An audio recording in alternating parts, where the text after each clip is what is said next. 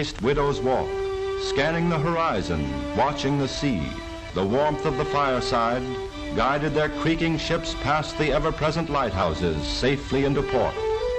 Today as yesterday, these sentinels of safety bring gladness to the hearts of the homing mariners.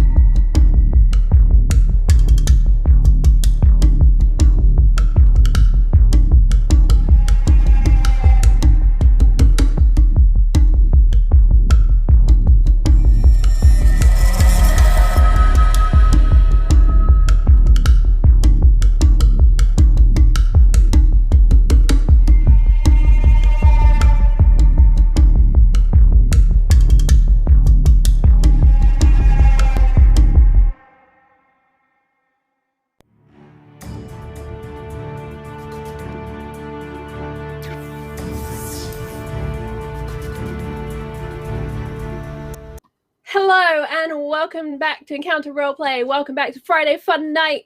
If you are here with us live, thank you so much for hanging out. I hope you enjoyed the spy game. We are now here with The Haunting of Seawall Orphanage. I am very hyped. I am very caffeinated. And I'm going to go on over and say hello to my very good friend, Jonathan Fry, and see how he's doing this week. Hi, President Charlie. I'm doing great. Thank you. I'm having a great week. I'm really excited to be back here playing with all these people. Been a great game so far, probably one of my favorites. So I'm really glad to be doing this. For all the folks who are tuning in, whether it's your first time or you're watching us on YouTube or you've been here for the entire game, the campaign. I'm Don. I'm going to be the narrator today, and we're going to play an original horror game. It's entirely improvised. It's inspired by Stephen King's mythology. And we're playtesting the rules every single week. We're making little adjustments here and there based on what we learn and the feedback that we get from chat, from Discord, on Twitter, on YouTube. So if you're watching and you have any thoughts, please feel free to leave us a comment. Let us know what you think.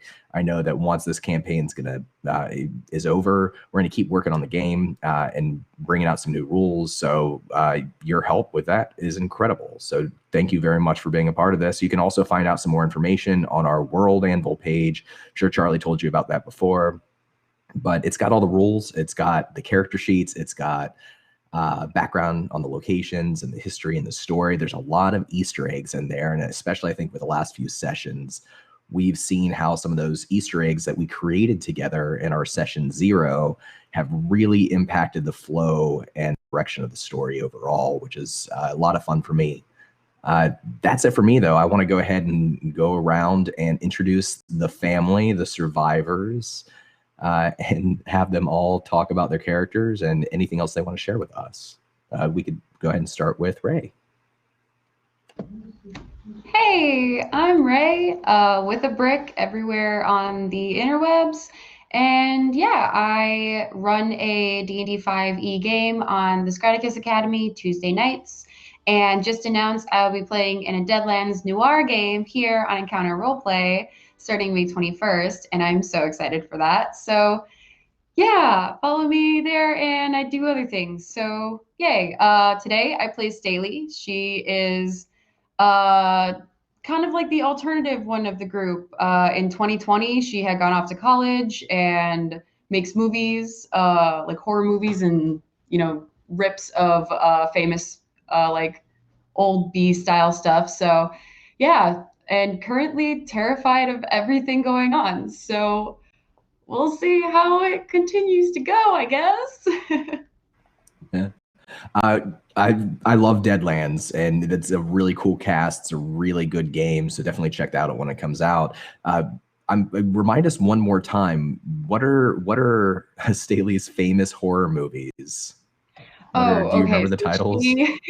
I don't remember the titles, but the one is a rip of Attack of the Killer Tomatoes, but instead she did it was Attack of the Giant Crab, and it was very inspired by the lore of the island.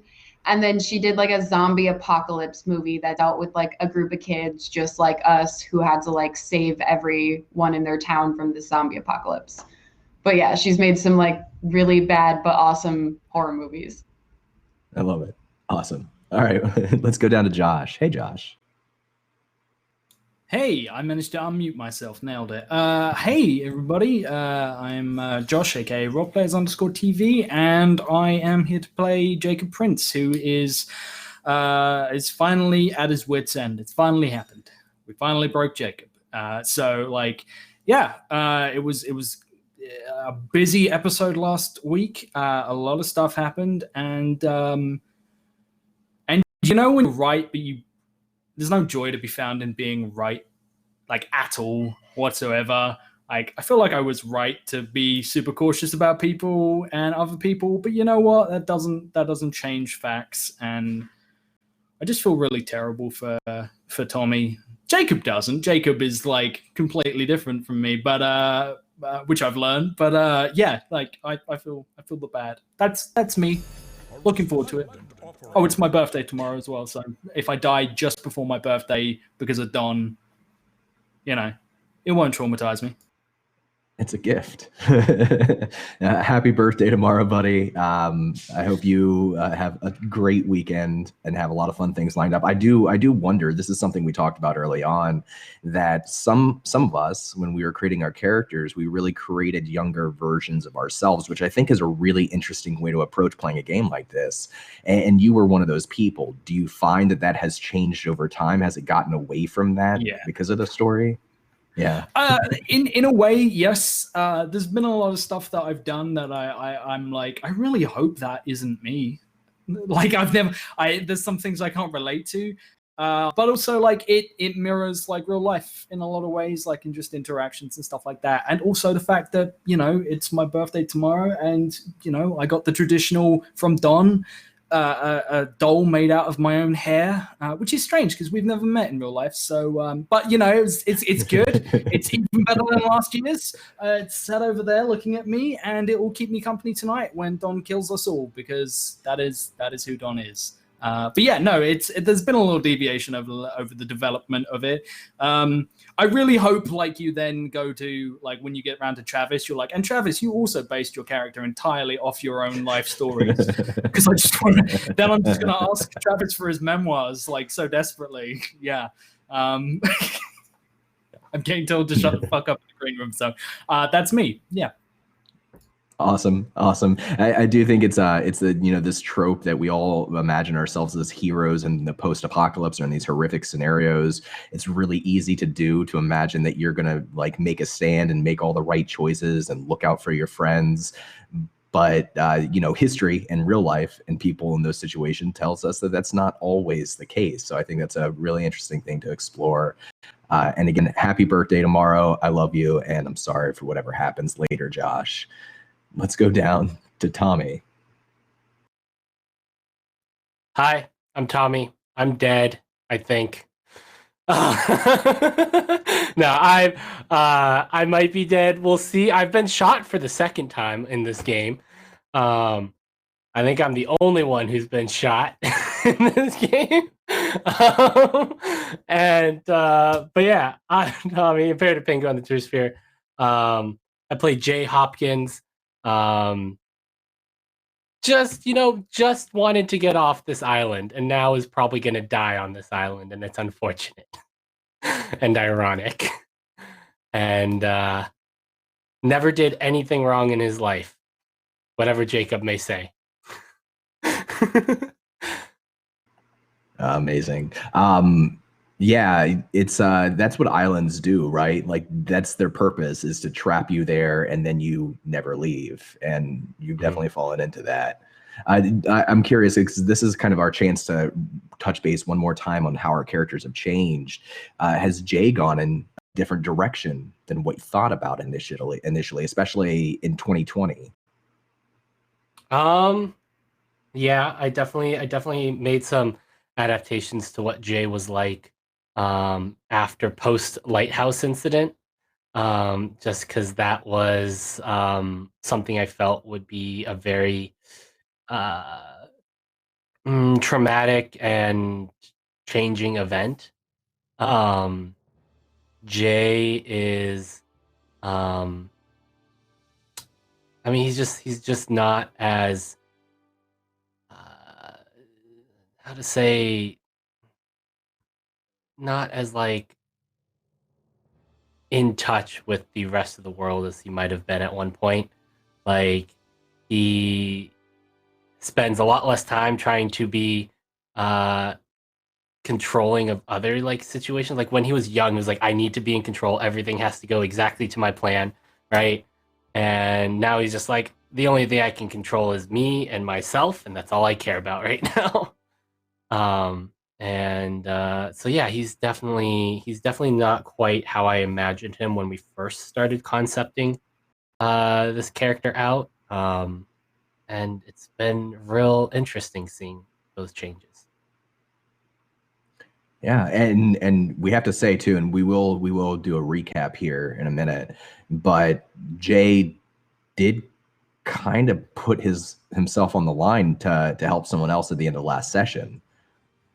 Yeah, I mean, it's Ren. Like, it's just, how could you not? How could you not? Yeah. Jay is, he's a bit of an asshole, but like, I mean, there's also the whole fact that like, in a very similar situation with the Lighthouse, like where he tried to like push Ren to safety and she just didn't do anything. He just left her there. He just abandoned her, and then he went up into the tower and bad things happened. So is it good? Is it him maybe believing in karma a little bit? We'll see. Speaking of Ren, hi Lydia. Hey Don. I'm so sorry I got you killed, Tommy.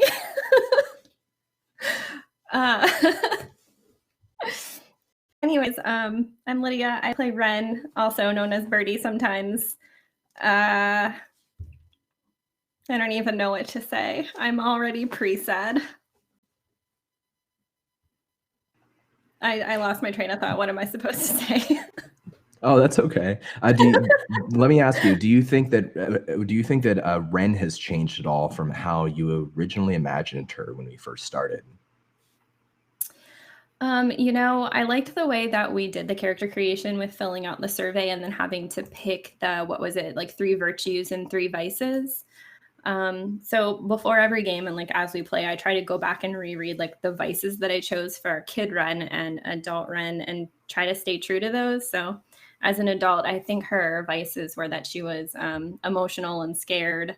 And as an adult, she became less trusting, which I also feel is true. I don't know. It's been really fun and easy to play her for some reason.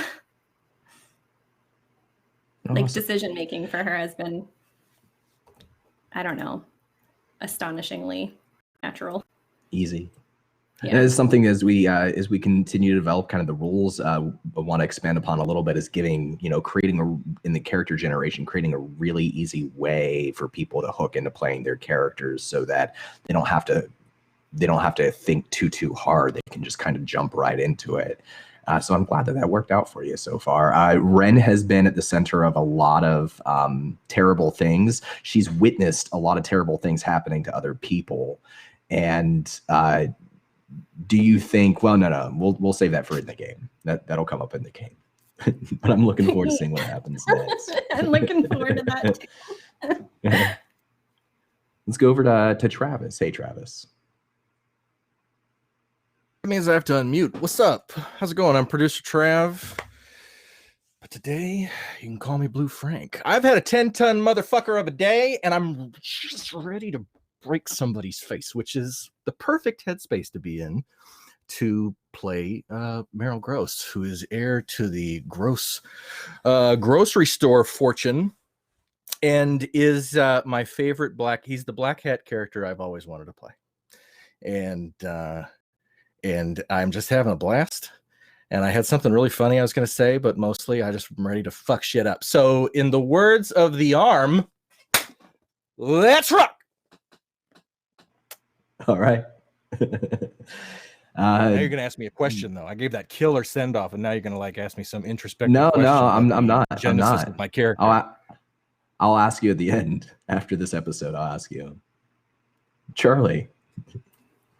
How do you follow the powerhouse that is Travis, who has been, I mean, Travis is the most messy person here, so I fully believe everything that comes out of Travis's mouth as Meryl is a thought that Travis has had at some point. And I fully believe that Travis one day wishes to rob a bank and star in one of Ray's B movies, because that shit is going to happen, and Josh is going to be there horrified on the sidelines while Lydia looks cute and Tommy shakes his head in disappointment because it was a terrible idea, but he's involved anyway. And Don, of course, is smiling behind, the glass. I get shot. But yeah, I am playing Gigi Binks, daughter of DB, the ever disappointing and ever abandoning father who, it's been a trip with Gigi's family, but her main family are the people you see on screen, and they are my family too, and you all watching on the other side of the screen. Also, Chaos Chorus family, who I am so excited to have you here. Thank you so much for all the subs that are going on. We're going to hit an event. I can feel it. We've got the retweets going on. That's going to be something else. It's going to go to the chat poll. And if you are watching on YouTube, and if you make it all the way to the end, I'm going to give you a code phrase, because I love seeing how many people saw the giant crab claw. So keep an ear out for that if you're hanging out with us for the rest of the night. But before we do dive into tonight's show, and before Don gets to ask me any hard questions that I'm not prepared for, I'm going to go and hand over to Past Charlie to tell us all about our sponsors. Before we begin today's show, I would like to take some time to remind you about our sponsors. Fantasy Grounds, our virtual tabletop of choice. All of the beautiful maps and roles you see tonight are done using Fantasy Grounds, which you can try for free at fantasygrounds.com. You can also get all of your miniatures from Wayland Games. Go to waylandgames.co.uk and get yourself a huge range of D&D, Warhammer and 40k minis for up to 20% off regular retail price. And Tabletop Loot, who sell incredible dice. Go and check them out at tabletoploot.com.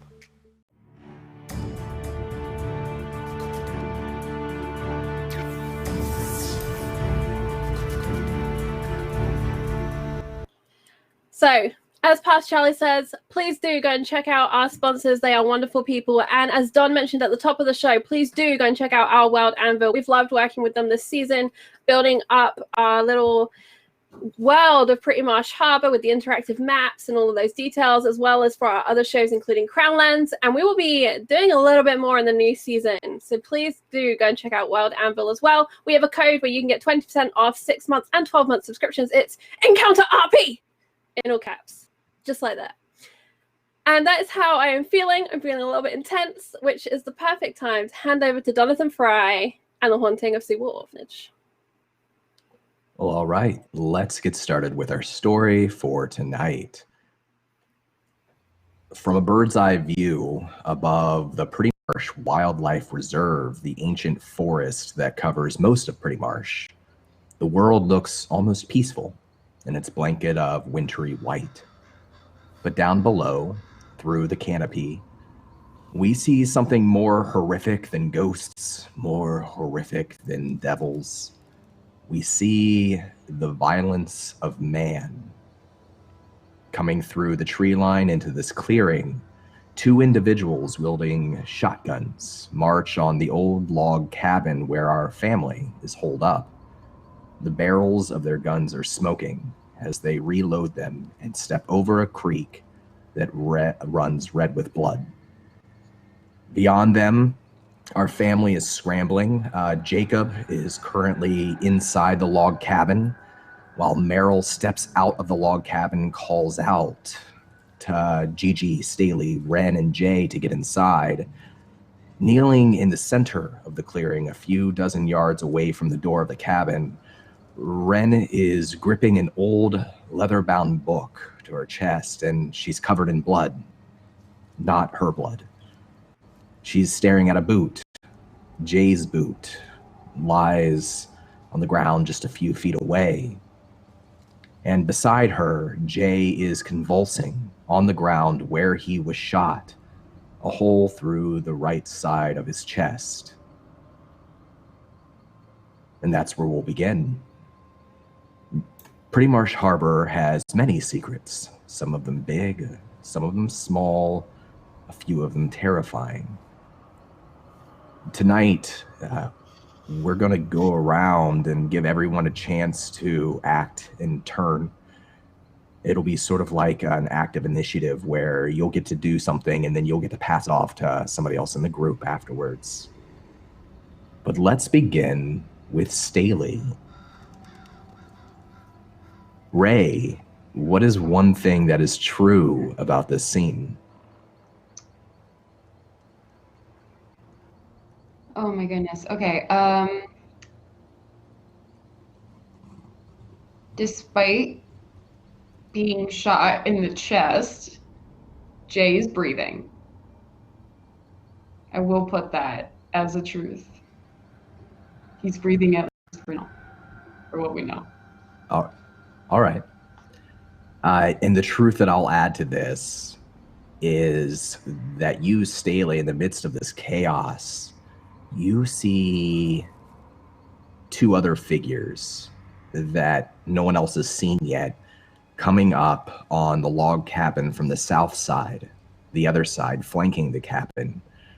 You see an old, broad-shouldered, broken-nosed, hard-looking man wearing a wife beater underneath a winter coat, dirty jeans, and you recognize him. I don't know if you ever met him, but you at least saw him back in the day.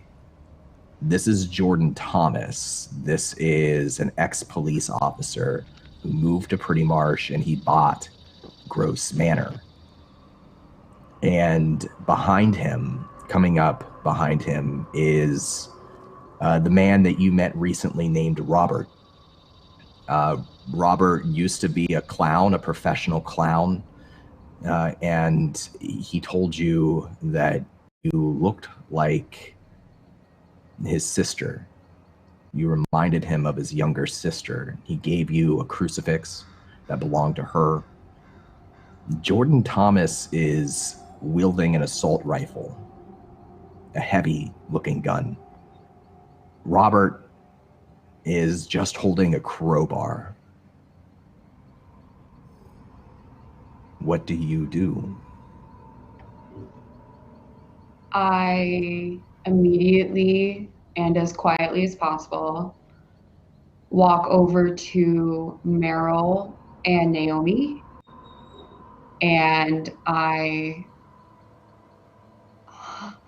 there's Robert and I think his name is Jordan Thomas.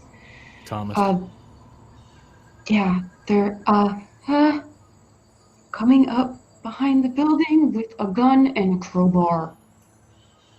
And to paint this too in this moment, so Naomi and Doug Binks, who is Gigi's father, are approaching from over the creek. They just stepped over the creek.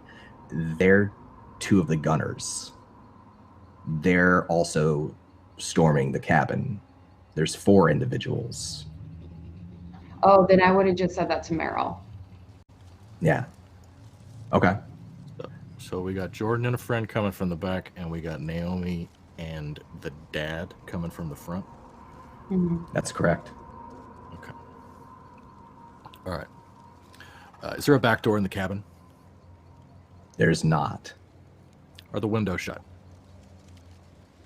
It's shut, but it's just, a simple glass window on the front of the cabin. Only one window. Only one glass window in the front of the cabin. The rest is closed off. Far out. Mm-hmm. Okay. Boarded up. I'm trying to remember. Naomi and the dad actively hostile toward us, or just You saw them at the end of last session coming through the woods, opening fire. You're not sure who shot Jay, but their guns are smoking right now and they're advancing. So think of it this way, and maybe this will help. This is an active combat scene, Meryl. I think Meryl would recognize it as an active combat scene. And Gigi's not there, right? Gigi's outside of the cabin, covered in blood. She rose from the creek. Oh, right. Not her blood, rose from the creek. Got it. And Ren's inside with us? Ren is outside with Jay, who's on the ground, who's been shot. Who's on the ground, bleeding out. Thank you for the refresher. All right. I want to... okay, and I remember giving Staley a handgun, at least. And, right? Am I right about that? Yep. Yeah. And I Because definitely Ren gave... Jacob as well. Did Ren get a gun? Ren wouldn't take it. No. That's why I. She refused it. She refused it. That's right. What about Jay? Did Jay get a gun? I think Jay got think a gun he as did. well, though. Yeah, I think he did. yeah, I'm pretty sure I did. Never got to use it though. So here's how we're gonna play this. Staley has come over and warned you, Right. and that they're coming up on the back. And basically, this is like when we did that other combat scene a few sessions ago. You're gonna get to act, Meryl, and then you're gonna get to pass it off to somebody in the group. And once everybody's had a go around, we can do more until the story resolves itself. So Okay. in this moment, it's you. Got it. Meryl racks the Remington long rifle that he's holding and looks at Staley as he adjusts the scope. And like everybody in the room, hope y'all are ready to do or die tonight. Like walks over to the window and looks outside and sees them coming and thinks about him in the back, coming toward the back. And this thing is loud as shit. It's not silenced. It's loud. And left the silencer in the car. Anyway, so I want to raise the window and I'm going to fire at Naomi and the dad. And this is like a 12 round in the clip, this isn't a bolt action business. This is a semi-auto, come and get it, knock them down kind of a thing. So Meryl lifts the window up, puts his elbow down, takes a shot, just starts unloading. Bang, bang, bang, bang. Seven shots in a row right at him. As you're unloading, they've just finished reloading their shotguns. They're past the crooked tree now, that blackened tree that's been split down the middle by lightning bolts. And you can hear from behind you gunshots ringing out from behind the cabin from another very loud, very fast firearm. Meryl, make me a desperate grit roll.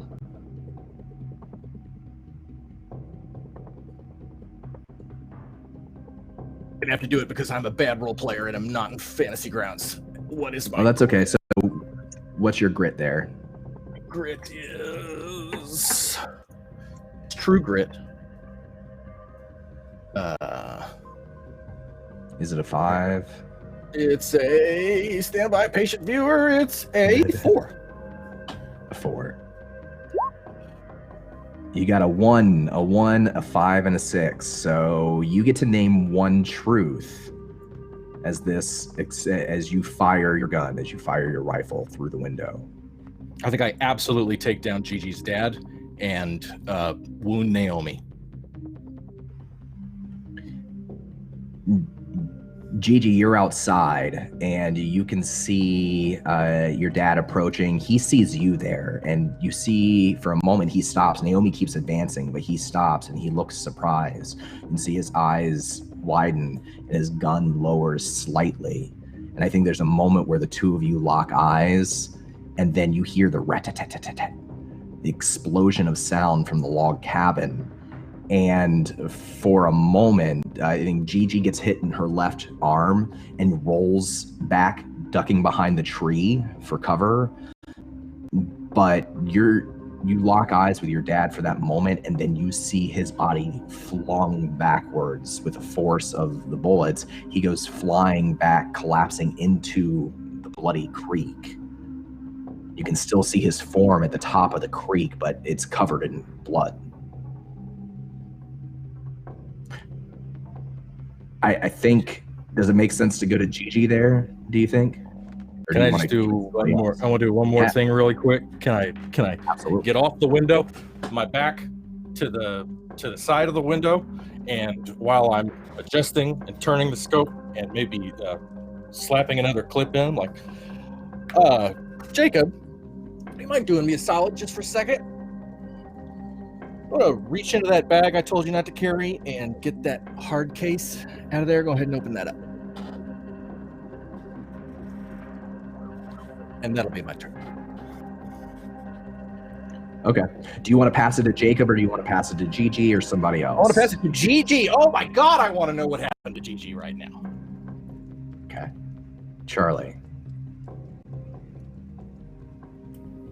So Gigi had been in the middle of telling Birdie to run.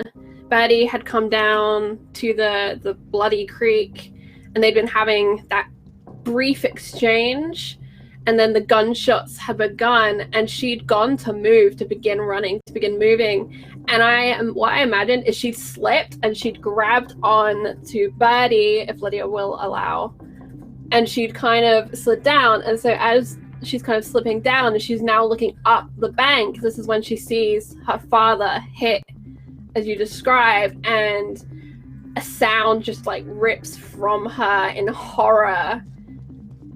And she cries out that she was supposed to have more time.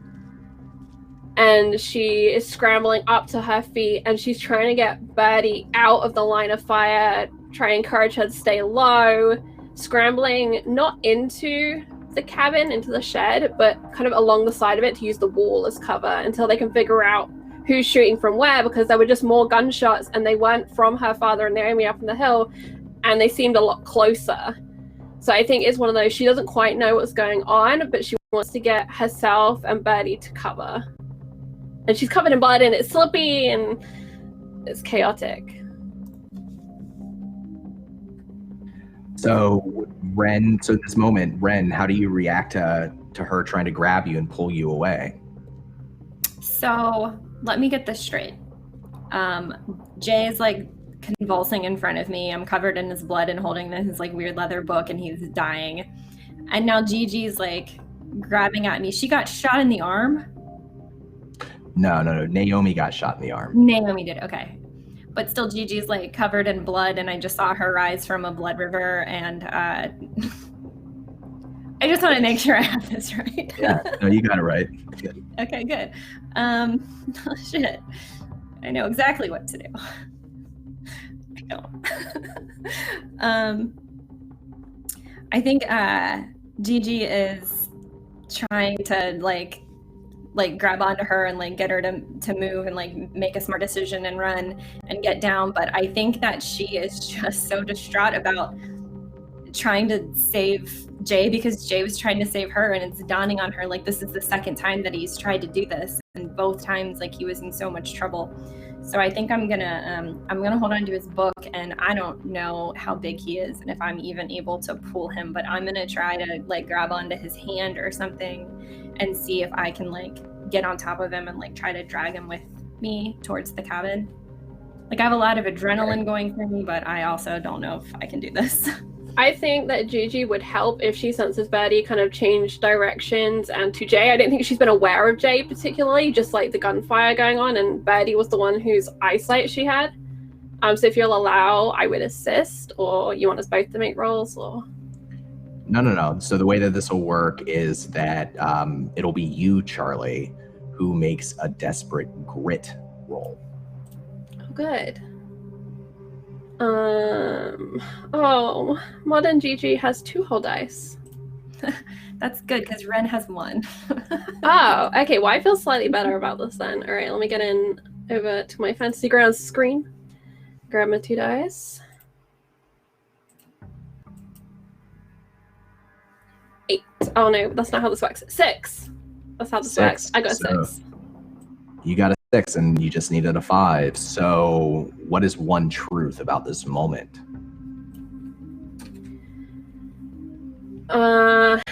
I think at this moment, as the two women struggle to drag Jay clear and get to cover, another shooter appears and distracts everyone else from Jay, Birdie, and Gigi.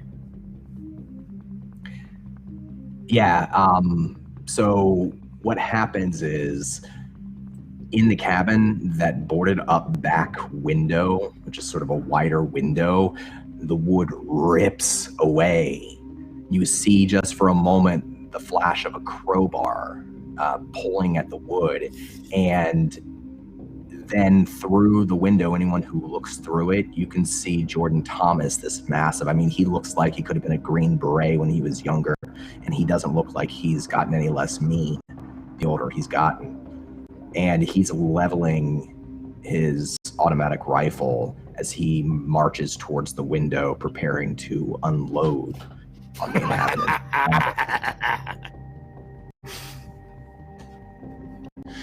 Is that canon? Is that the sound that Meryl makes? Fuck yeah! I turn around if I hear the crowbar and I've got my back to the thing and I see the crowbar and I see who it is, and I go, that one. I want that one.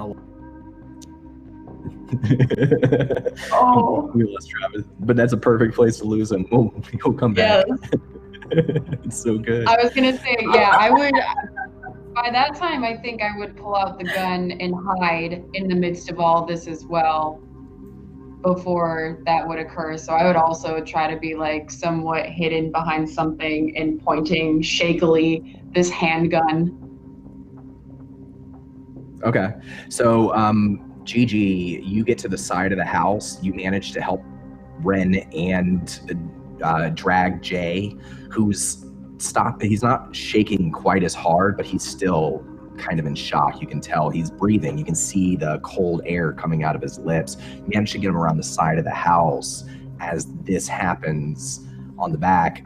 Do you want to pass it to Staley? Do you want to pass it to Ren, Jacob, or Jay? I would like to pass it to Lee, who is the most kick-ass woman I know. To Staley. All right. So Staley, you said, where are you hiding? Are you hiding inside, outside? You said that there are some of the pews. You said they were pushed, or are there no pews anymore? So this is the log cabin. This is like the rickety old log cabin on the inside. Yeah. Is so there there's like a chair or like a table that I could push over? There's a dinner table that has been set. There's no food, but there's plates and silverware, not covered in dust. It looks like it's been. I swipe the whole thing. I don't even care, and I kick over the table. And depending on where Jacob is, I'm gonna drag Jacob over if he's like still in his catatonic scared state. If he will allow, I will like try to get him in cover as well as I am recognizing the window being ripped off. Okay. And would Jacob follow her to cover naturally, or would he resist at all? He resists at first, and then realizes she's pointing to the like a crowbar. Yeah, I wouldn't be like talking. I would just kind of like push your shoulder and point. I would like to do two things very quickly, in rapid succession. The first is to see where the crowbar is and just that general direction, and with zero regard of who is in the room, who is outside the room, whatever is going on, he's just going to empty the revolver through the wooden shack wall right where the crossbow is.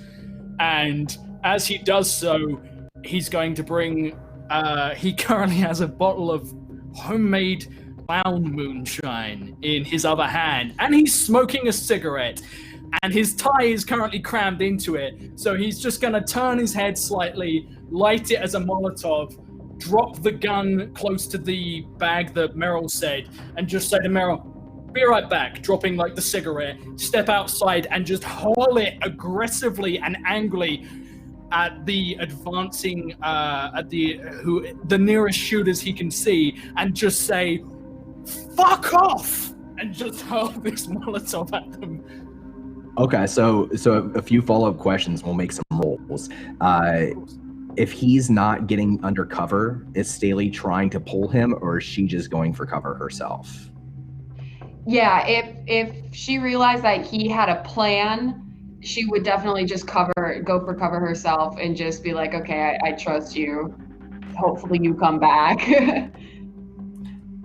Staley, make me a desperate quickness roll to overturn the table, move the chairs out of the way, and try to get down, even as shots are starting to go off.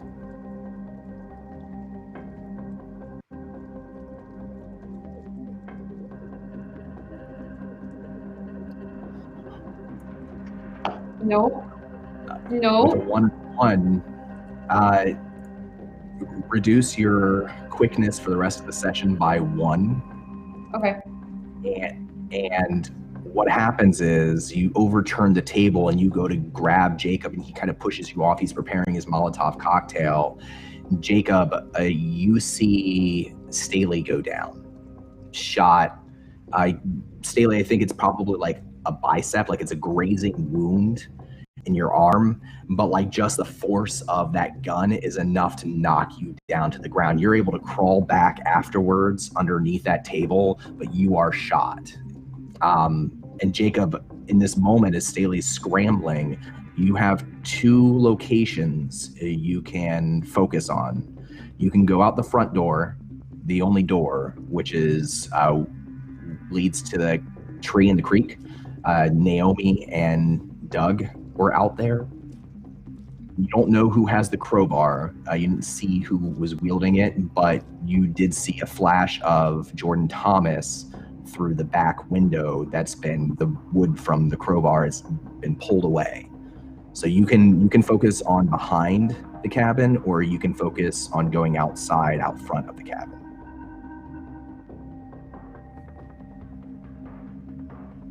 I'm gonna focus on the crowbar wielding maniac trying to get into the cabin. We've got to keep the perimeter. Like, we have to have a perimeter. So I'm going to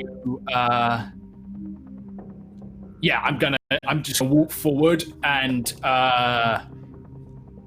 just shouting incoherently, fire 6 shots through where the crowbar is coming through.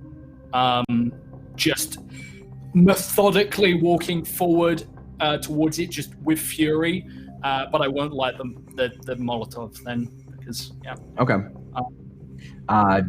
We'll say you still have it. You still have it prepped too. Yeah. And so you can't see the crowbar wielding man, and it's not a door. It's like a window where part of the window was boarded up, and that boarded up part has been torn away. So you kind of have to like stick your arm out and shoot kind of blindly, hoping that you can hit somebody who's outside, right?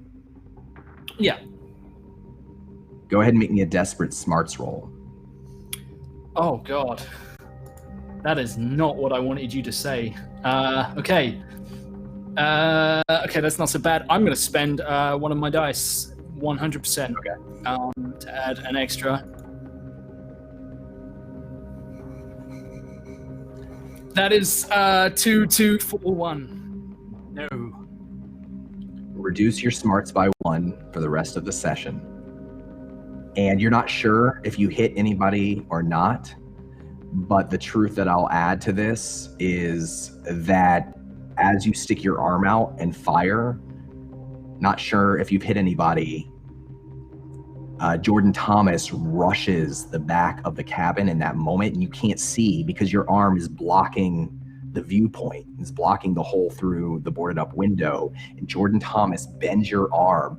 He snaps it against the bottom of the windowsill so hard that you're not sure if he's broken it or not, and he wrenches the gun from your hand and then disappears from view off to the side of the building.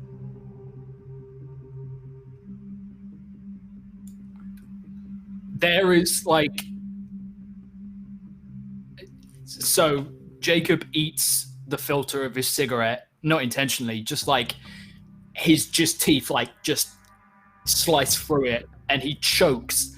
It's not a scream at first, he just chokes, and there's just like sparks that shoot out of his face as he coughs, and the cigarette sort of flies out, and he staggers backwards and barely holds on to the Molotov, and he sort of like looks left to check that he's still got this bottle in his hand, and then very slowly looks to the right, and his arm is just, it is hanging in a way an arm should not hang,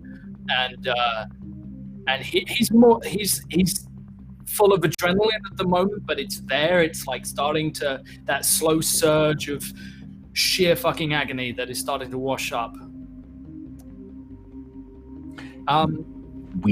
You have Ren and Jay have yet to have had a turn. You can pass it to either one of them.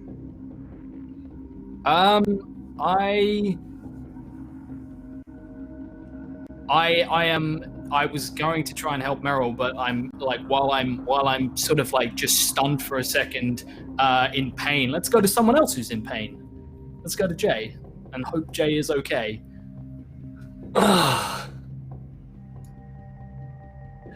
So Jay, you're aware of what's happening in kind of a vague sense, that you're being dragged across. You realize that you're shot. You're very cold.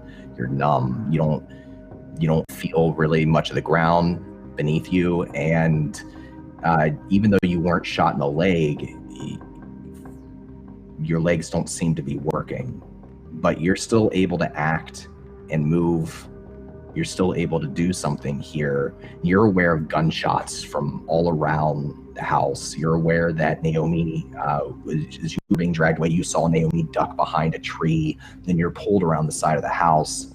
You heard several more gunshots from around the corner, and you're with Gigi and Ren. Now, I want to know, before you do anything, like, I want to know a little bit about what Jay's thinking here, like what's going through his head. Oh man.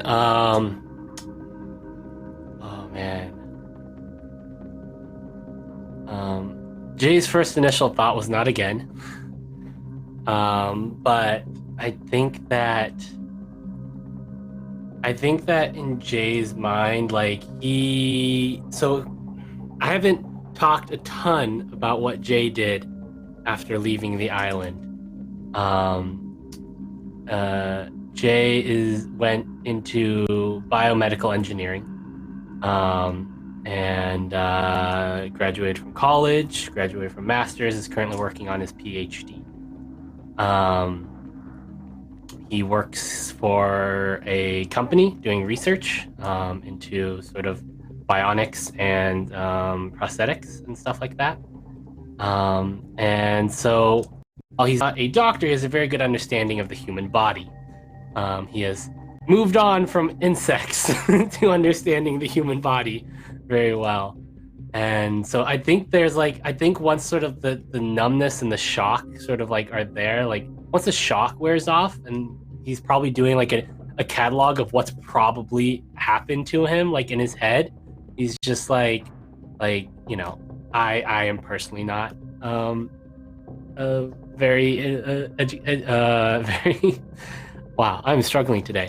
I am not intimately knowledgeable about the human body, but he's probably like cataloging, like, you know, the different muscles that have been severed, given that he can't feel his legs, possible spine damage, probably a collapsed lung, and so he is probably just doing that in his head. But on the outside, he's like trying to he's breathing, but there's the wheeze. There's probably a wheeze. Like he's been shot in the chest. Like it's gonna be pretty hard to miss that lung. At the very least, not have nicked it. And so he's like, you know, he's like got blood on his hands. He's kind of like looking at it. Can he move his arms? It's really hard and really painful if you try to move your right yeah. arm because you're shot in the right shoulder. It's like one of those things, if you So, look like- down, you know, there's that morbid fascination of like there's actually a hole through your chest, and one of your shoes are off. Like you have just like a boot and a sock, but you can move your other arm. So Jay is like grasping at his heavy coat, and he's gonna pull out a pen. And I'm inside now, right? And I can see Meryl. No, you are on the outside of the cabin with Ren and Gigi. Okay, so I haven't made it inside yet. Okay. Yeah. All right. And I'm just pulls out this pen, and he's sort of like holding it out.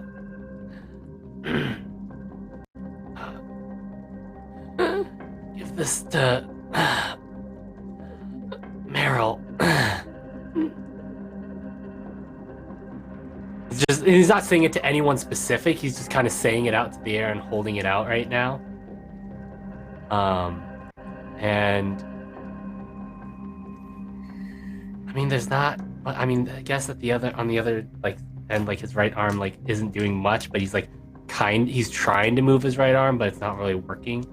He's like trying to reach for the gun, but his right arm's like busted pretty good. So I think that's perfect. And Gigi and Ren are right there. I want you, Tommy, to roll me a desperate smarts. Oh boy. Boy. I mean, that's what my bet. The hour hasn't ticked over yet, right? Not yet. Gone down yet? Though it is about to. Actually. Right, so that is 5 dice because Jay's smart. Ren, do you take the pen? Yeah. That was a bunch of 3s and 4s and close. 1 5. 1 5. That was so close. And all you needed so was bad. 1 5. So Ren takes the pen. As you're wheezing, you hold it up, and as she takes it, your vision's kind of in and out of focus, Jay.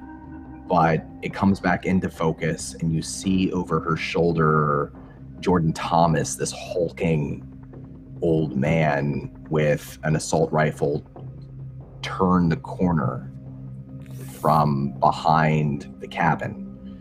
But with a 5, you get to introduce one truth here.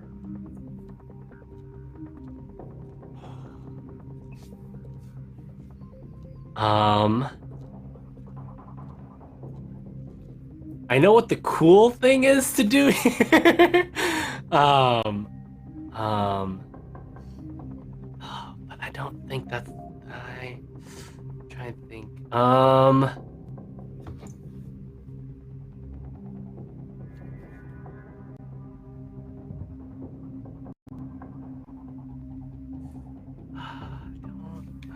mean, I know what the cool thing is here, and that would be Jay managing to grab his gun and shoot him.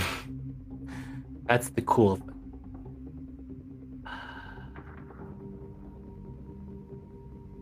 But that's not Jay is the problem.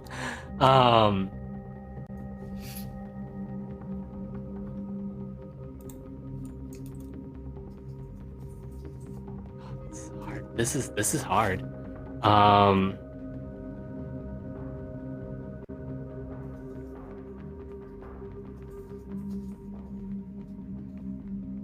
Okay. I don't think Jay manages to shoot him, but what I think Jay like maybe manages to grab the gun with his right arm, and he can't raise it. He can't raise the gun to shoot it at him.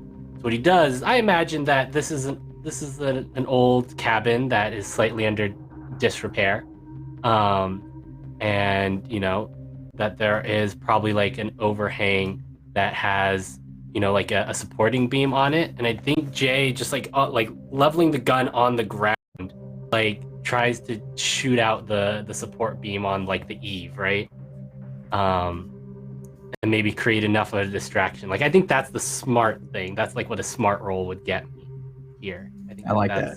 I like that. Okay, so maybe it's one of those things where you grab the gun, but like you can't quite hold it up straight, right? So you can only hold it up in an angle.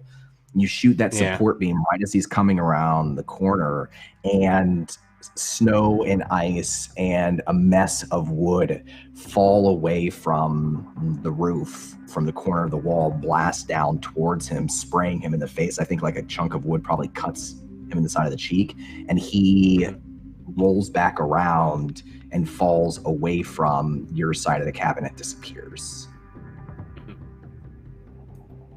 And then Jay just like his arm just kind of collapses. He's just sort of wheezing there, just.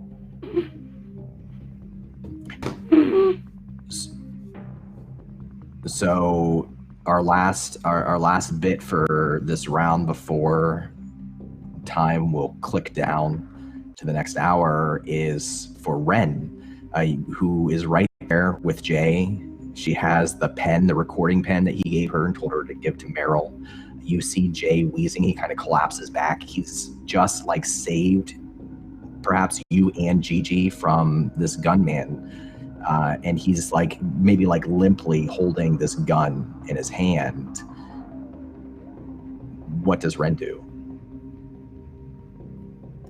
Does Ren see Jordan Thomas? Does he know, like, does she know what he was even, like, why he was taking his gun out or anything? Yeah, I think like if she turned around when he pulled the gun out, then she would see Jordan Thomas coming around the corner, gun about to fire, and then he falls back and retreats behind the corner of the cabin on the outside of the cabin. So she saw him and saw where he went. Is Jay still breathing? He's still breathing. Okay. I would take the gun out of Jay's hand, like clumsily, like probably like you're not supposed to hold a gun. Like I just don't know what I'm doing. I just grab it from him. And then I'll like tuck it like under my arm, like with the book, like while I continue to try to drag him. Like trying to get him inside. Yeah, to try to get him inside. I'm gonna keep looking over my shoulder for Jordan Thomas, with the idea that like if I see him, she'll try to use a gun and shoot him, but she doesn't really know what she's doing. But also, Jay's dying, and he shouldn't have a gun in his hands. Very true. Okay, so Gigi, are you following them as they're moving back around the other side to the front door to get inside the cabin?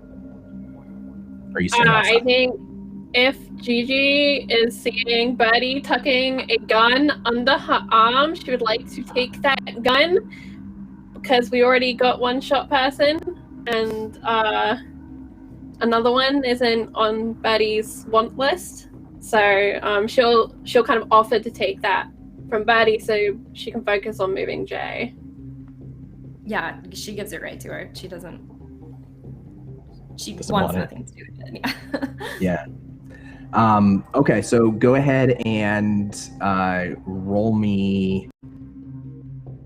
You're moving around the front. Roll me quickness. Me? Mm-hmm. Okay. Quickness.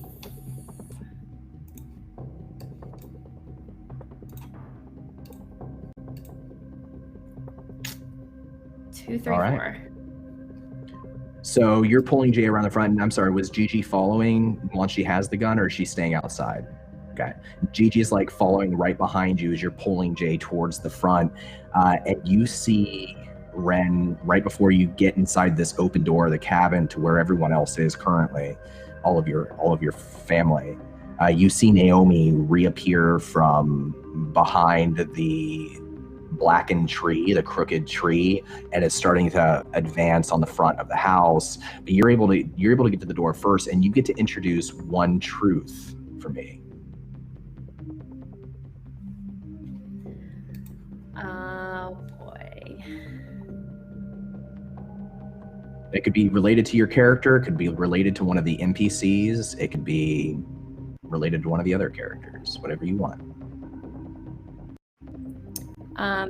Where did you say that Naomi was coming from? The crooked tree out front, So you can see her like as you're dragging Jay into the building. It's snowy out, or there's no snow around the cabin still? It's snowy, but it's not sticking around the cabin. It's like the ground is hot, too hot for it to stick. I think as she's approaching, and like one of the areas where like the snow has melted and formed like a puddle, I think she steps in it and like loses her balance and slips.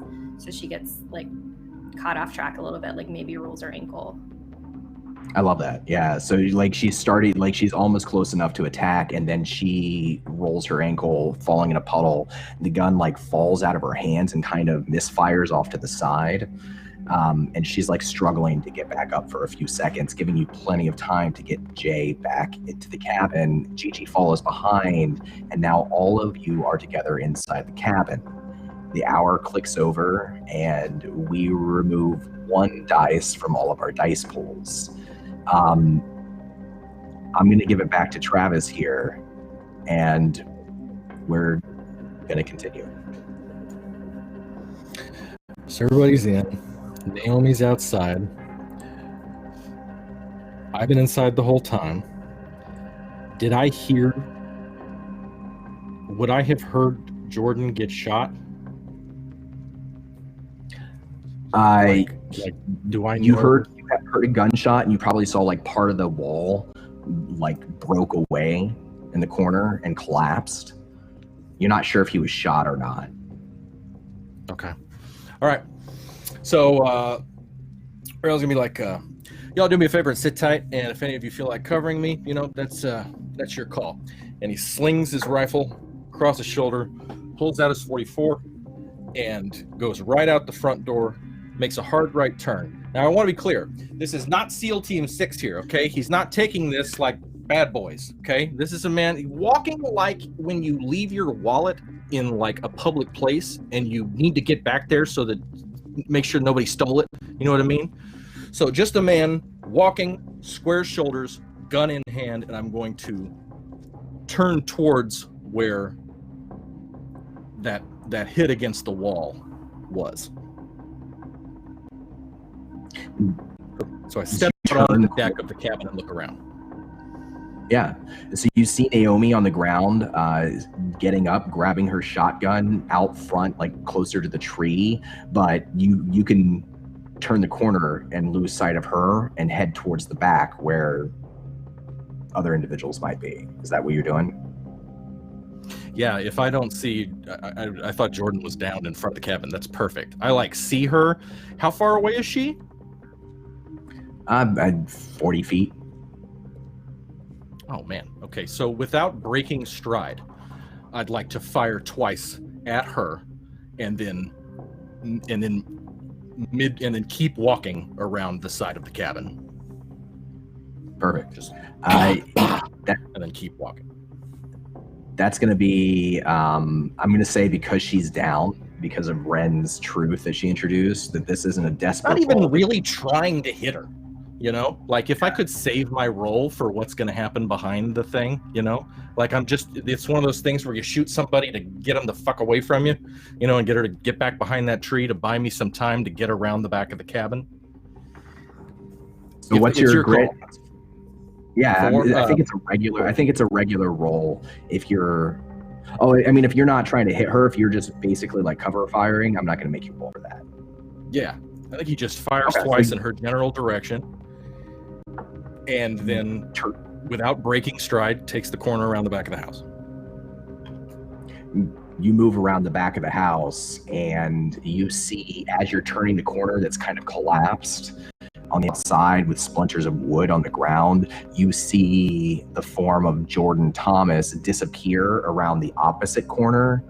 And I need you to make me, or what are you trying to do here as you see him disappear? Are you like chasing him? How are you approaching this? I am walking like the T-800 in Terminator. Really either Terminator, really. Just walking like a Terminator, pick a model. And I'm just gonna turn around the back of the house. I am walking towards this individual. Just chasing him down. Guns up, but I'm not running. You say chasing. More like following / stalking. Let's go with that. Okay. You turn the next corner, following him like the Terminator, and he is right there, his own gun up, waiting for you. Do you jump back? What do you do?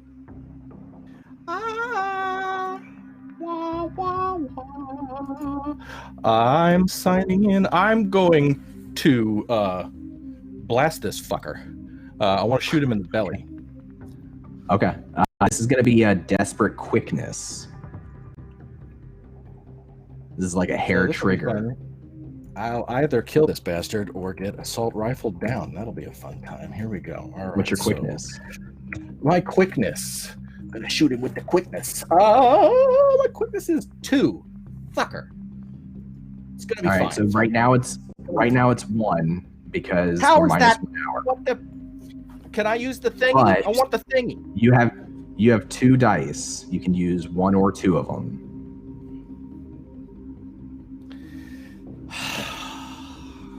Two bonus dice from chat. And let's give the audience a little. Can I give the audience just a little backstory about who this guy is, just real quick before we see? If Yes, absolutely. Please do. So Jordan, he said he was the current owner of the Gross estate. During Merrill's youth, the Gross family, his parents in particular, because it's a big family that goes back generations in Seawall Harbor, were in a complicated legal battle over the ownership of the historic Gross family manor. Mismanagement on my father's part caused...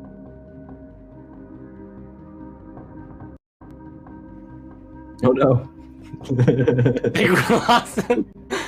He'll be back.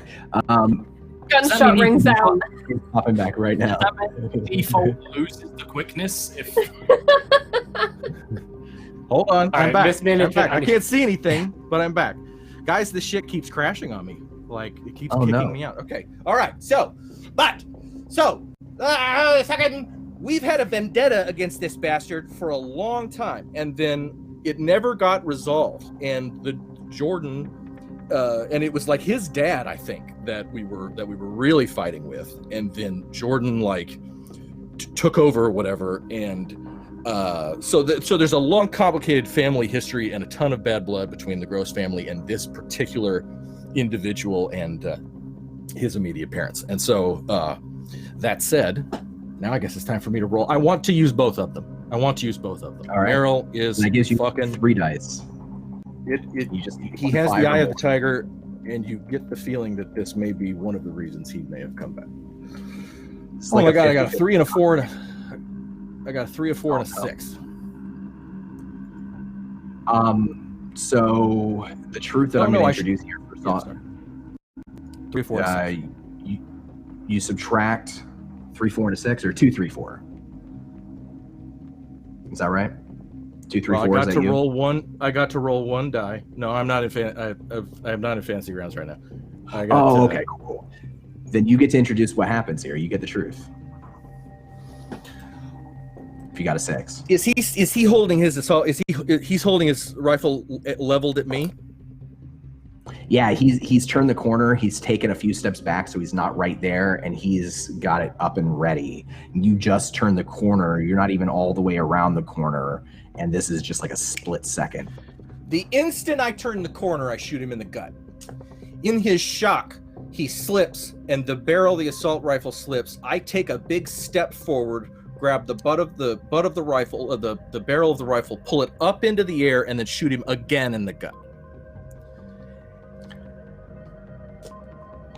And so you do exactly that, and he howls. The truth that I'll add to this is, like, he's not dead yet, but the second shot puts him down. Like, he's not able to fight back. Like, you surprise him, you get the jump on him, you double tap to make sure that he's not getting back up immediately, and he's on the ground, like, just kind of grasping at you, but not strong enough. Like, you overpowered him in this moment. But let's jump back to what's going on inside. You can pass it to any of the other cast. Oh man, let's kick it back to where we started. Let's go to Staley. What's Staley doing? Love it.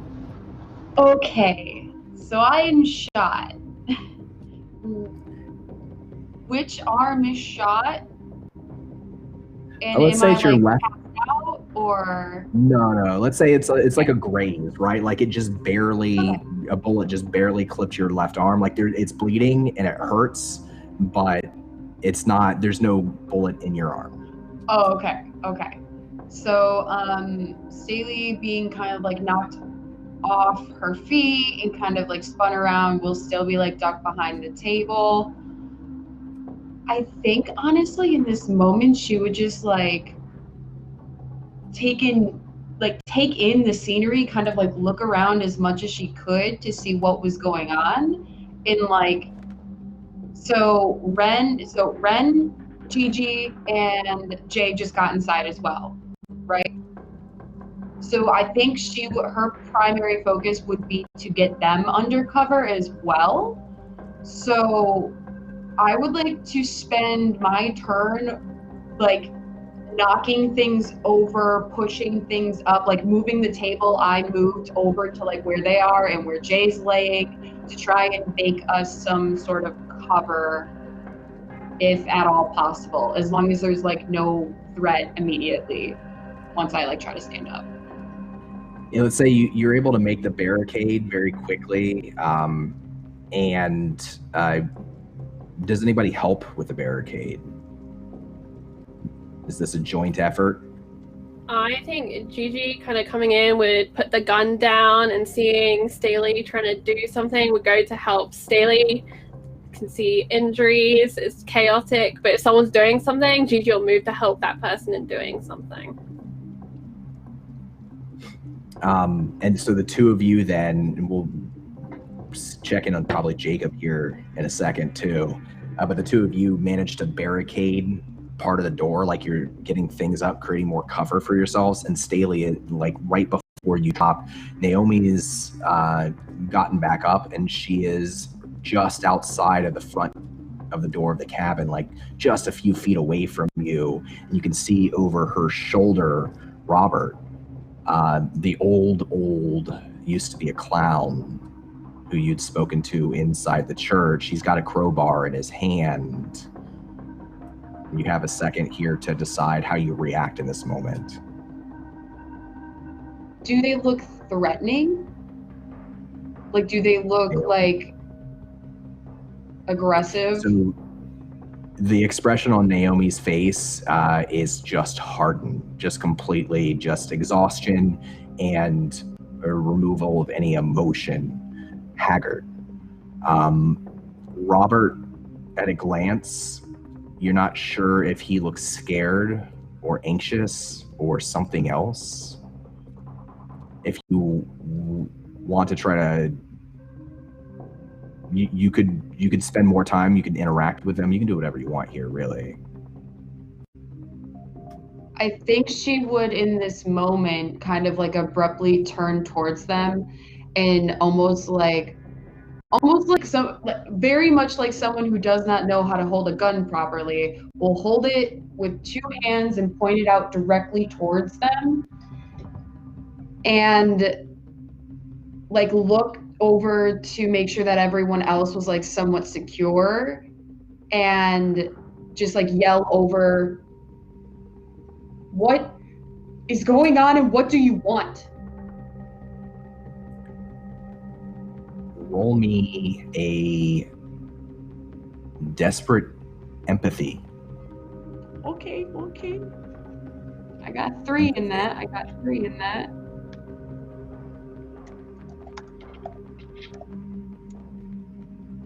Oh no. I can't make any of my rolls. Never. You will reduce 1 empathy for the rest of the session. The truth that I'll add to this is that Naomi raises her gun to fire on you. And it's the look in her eyes, just looking right through you like you're not a person. Like this is nothing to her. I think that has an impact on Staley.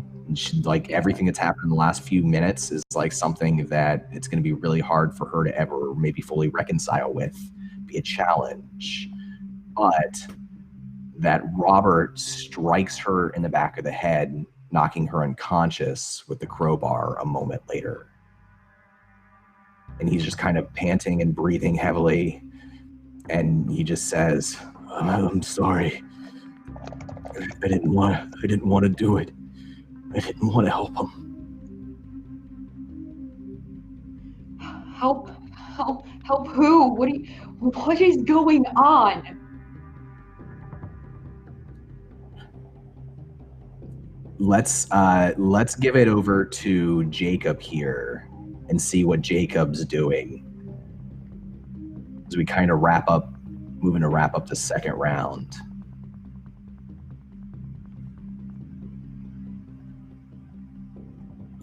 Okay. This is going really well. This is going great. This is going great. So, are we, other than Jay, are we all inside?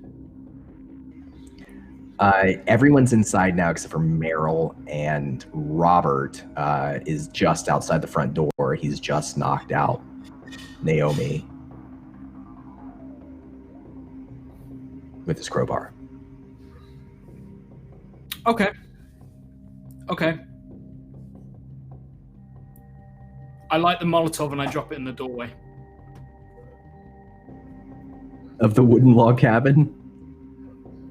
Yeah. All right. And tell me, is he thinking, or is this like, what is this for him? Nope. He panics. He's just like, all I have is a I'm not even sure he's gonna be able to light it. Like, I'm gonna have to try to light it because I have a broken arm, and yeah. But he's gonna, like, under his arm, take it. He's gonna take. He still has Staley's lighter, and he's going to light the Molotov and chuck it down. But I also want to try and shout something. It definitely is a moment afterwards. There's like a good moment's pause, and then he just says,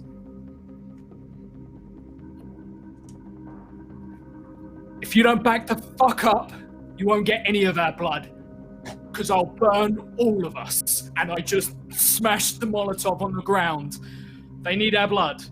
They need our blood. Like, that's my power play. My fucking harebrained delusional power play in this moment. That's what I got. It's an old log cabin. The ground beneath it is hot, too hot, hotter than it should be. The wood is very, very flammable. And in a moment, Staley, you ask this question, you ask Robert what's going on, and then right in front of you, this fire explodes and it begins to spread. And you see Robert step back. You can kind of, for a few seconds, you can make him out through the fire and the smoke. And he just keeps repeating, "I'm so sorry. I'm so sorry." And he turns and he runs. Everyone who's inside the cabin would see this happen at the same time as these flames start to spread around the cabin. Off in the corner, the cabin, that old trap door, the one that we never open, it opens on its own. Even as the fire's spreading, you can hear the creak as it pulls up slowly. The sound of a siren, a lighthouse siren, begins to sound from all around the island. You can hear it over the fire, over the roar. And the light, like a beam, like a spotlight, shoots up out of that trap door in the cabin, just a few feet away from you. The roof of the cabin rips away even as the fire's eating away at the walls. It's like being hit by a tornado. The roof just flies. Meryl, flies over your head, over Jordan's head and crashes into trees, knocks down a tree, and that light shoots straight up into the sky.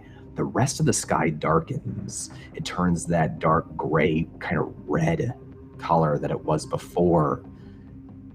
And there's just that beam of light in the fire. Before we get to Meryl, I want to know, what's everybody in the cabin doing? And this is not like initiative anymore. This is just happening.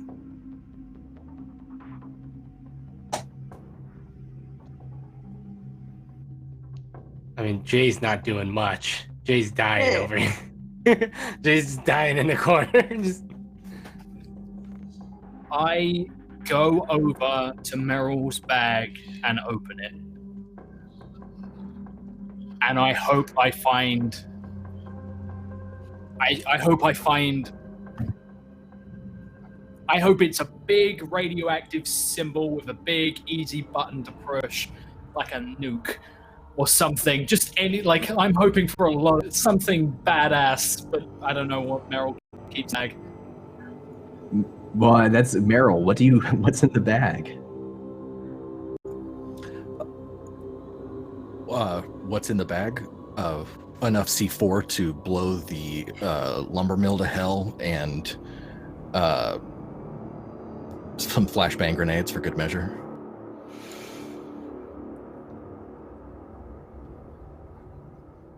Okay. Can I do something, Don?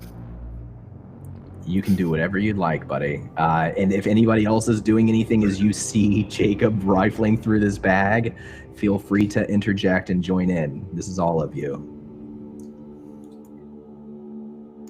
There would be some Meryl screaming. I definitely think Staley would be screaming. And honestly, I think she would just kind of like collapse underneath everything happening and just kind of like fall and stare up and just like stare at everybody dumbfounded. I don't think she would know what to do in this moment.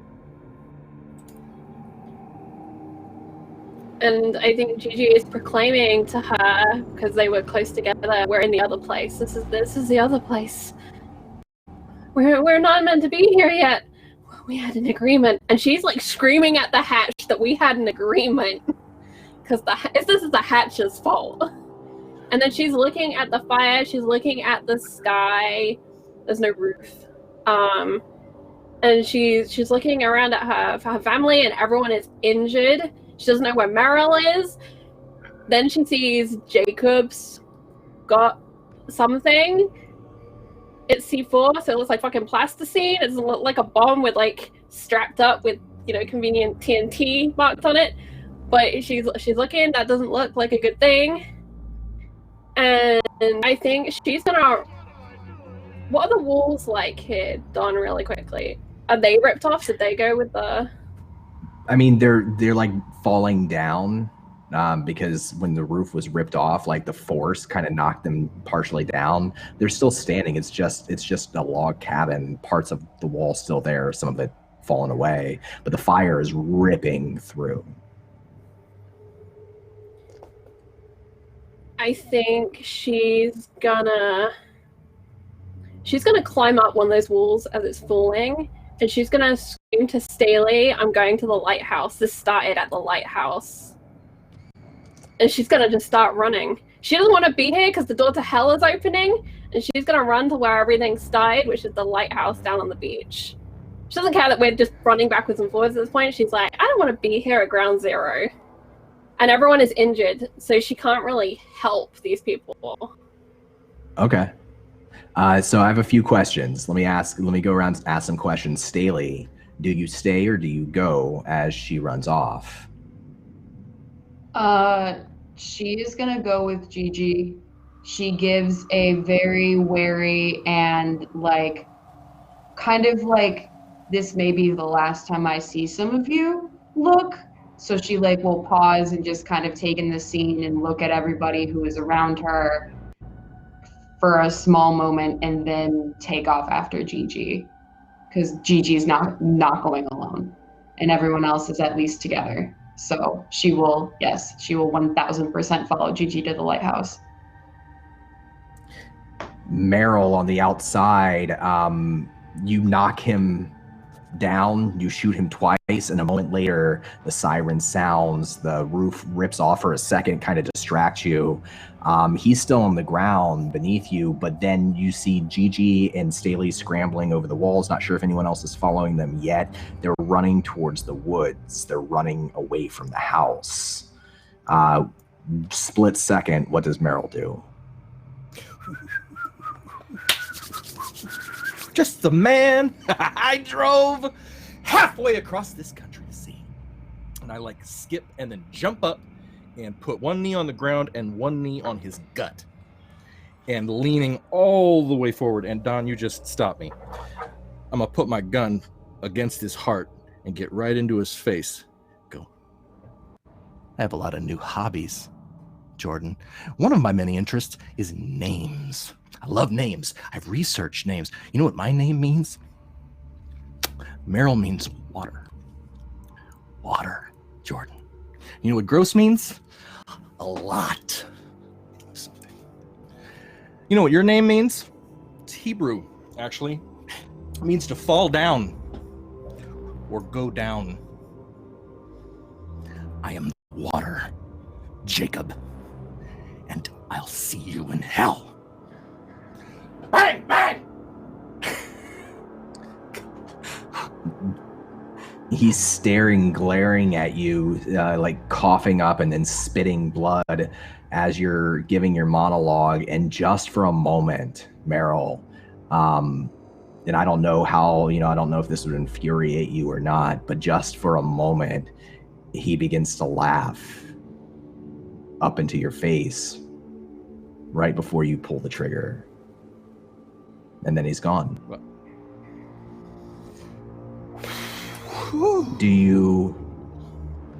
The fire is basically burning its way very quickly through the cabin.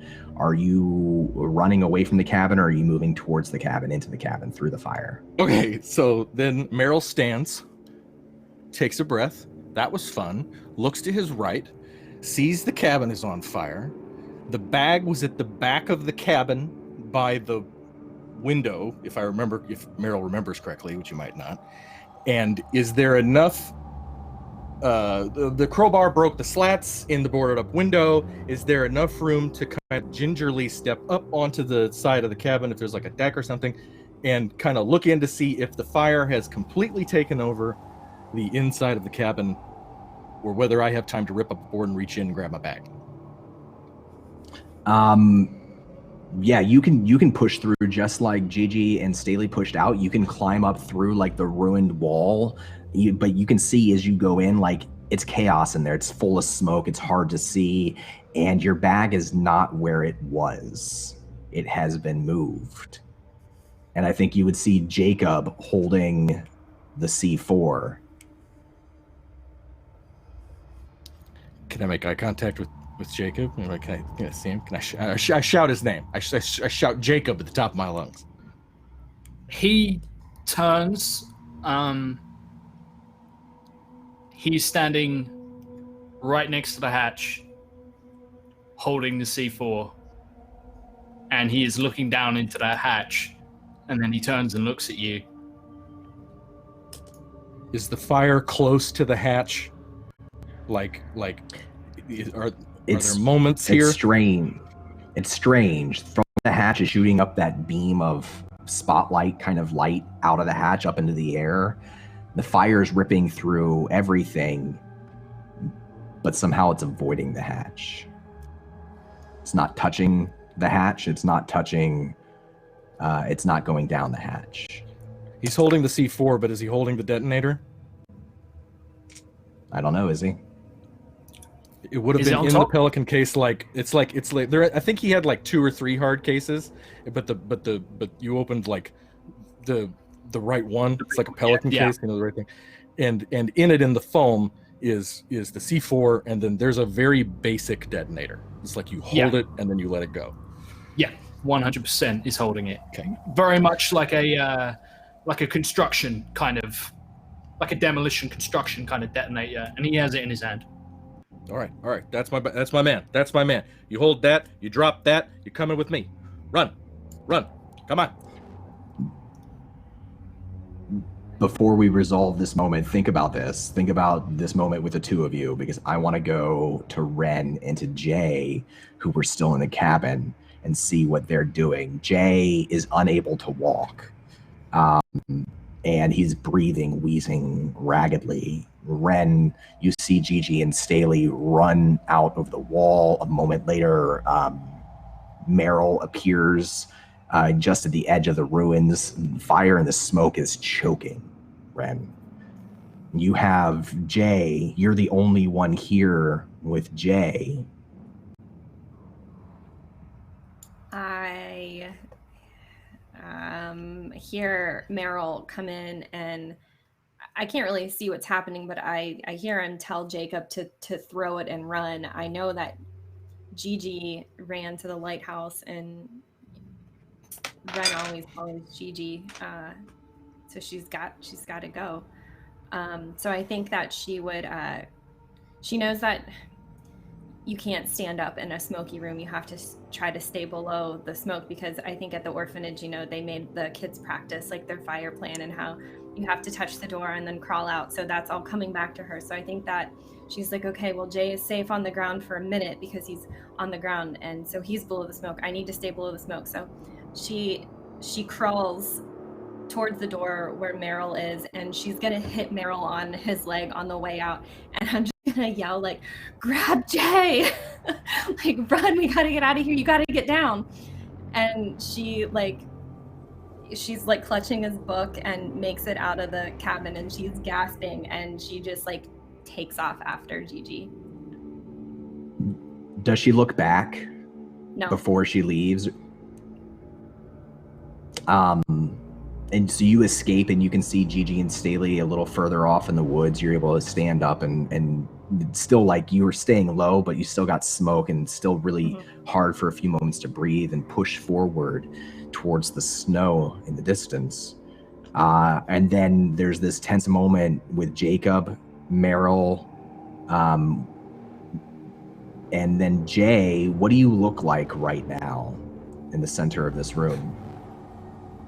Jay is probably slumped against some overturned furniture at the moment, hole in his chest, wheezing, looking out into the smoke. I'm thinking, God, I fucking hate this island. And he's just staring out. And I think that's all he can do right now. He's not really super aware of what's going on, and he hasn't really been, the wherewithal to understand what's going on in a part of the cabin he can't see right now. Jay, roll me a desperate cool roll. Remember to subtract 1 dice from your dice pool for the hour. Yeah. Hey, that's 1 die. Nope, I don't think that.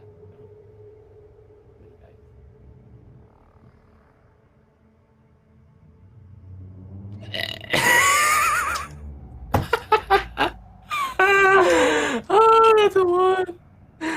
Ooh. I think so. Here's the truth that I'll add. You see Jacob and Meryl, they can't see you through the smoke.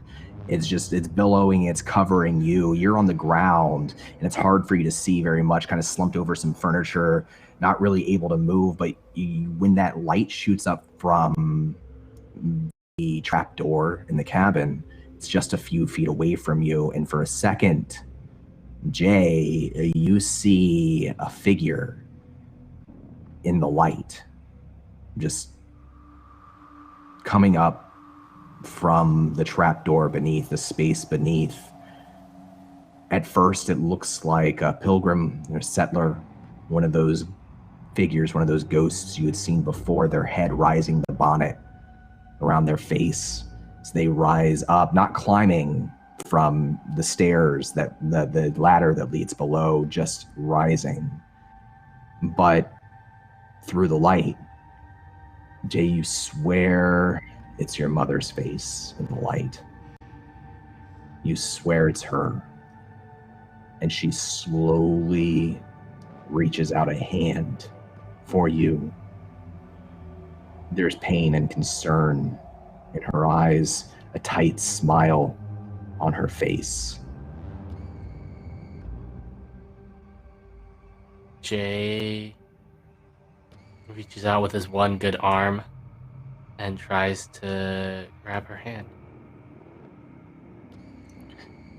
The smoke billows in the room. Jacob, this is happening as you and Meryl are having this interaction, and it blows away in front of you enough, Jacob, that you can see Jay down at your feet.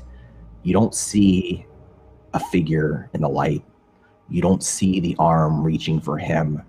You see him extending his hand, and all of a sudden he is ripped off the ground into the light and down into the depths beneath the cabin.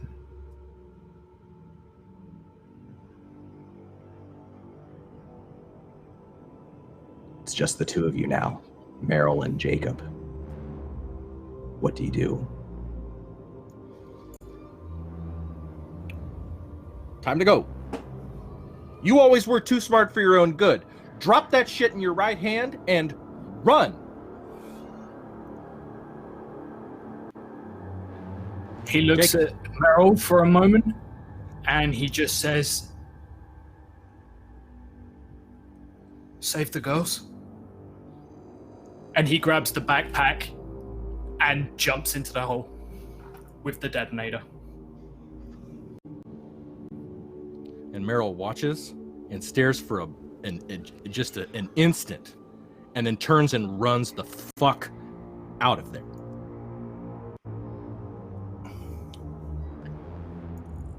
You all, well, those of you who run from the house towards the snow, into the dark, red, gloomy sky, the forest has changed as the siren sounds. The bark is darker, more gnarled. There's some sort of liquid that seems to be seeping out from the trunks of the trees as you pass by, and the glow of that light shooting out of the earth and the fire of the log cabin as it burns down, you can see that reflecting off of the snow as you all race away. And then there's an explosion of some kind. The collapse as the fire and the walls fall in on themselves and the smoke plumes upward. And then the siren stops. The light disappears. The fire is out. The skies turn light again. And who looks back? Anyone? Who looks back? I Who would. looks back? Oh, I absolutely do. I get minimum safe distance and then turn around. Yeah, if there's an explosion. You said there was an explosion? It sounded like an explosion. Yeah, Like if a building collapsing in on itself. yeah, if Staley was in earshot, she definitely would have turned around to see what the hell just happened. Meryl and Staley, you look back as the siren stops and everything changes again. This time, the other world having just lasted for a few moments, a few minutes. As you turn and look back through the clearing, the log cabin's not there. It's just scorched earth. And I think that is where we're going to go to break. And we're going to come All back. right, everybody. Oh, go ahead. Oh yeah, when we do, we're going to come back to 2010 and to the collapse of the Lighthouse. All right, everyone, thank you so much for hanging out. Shout out to Virginia, who raided us during that. We are going to go on a 10-minute break. So at 10 past the hour, we will be coming back. If you're watching on YouTube, shout out. Tell us if you would have looked back. That's the first thing I'd like you to tell us. If you've gotten this far, tell us, would you have looked back? And then skip 10 minutes, and we will be back. Everyone take care. Check in with each other in chat, and we will see you soon.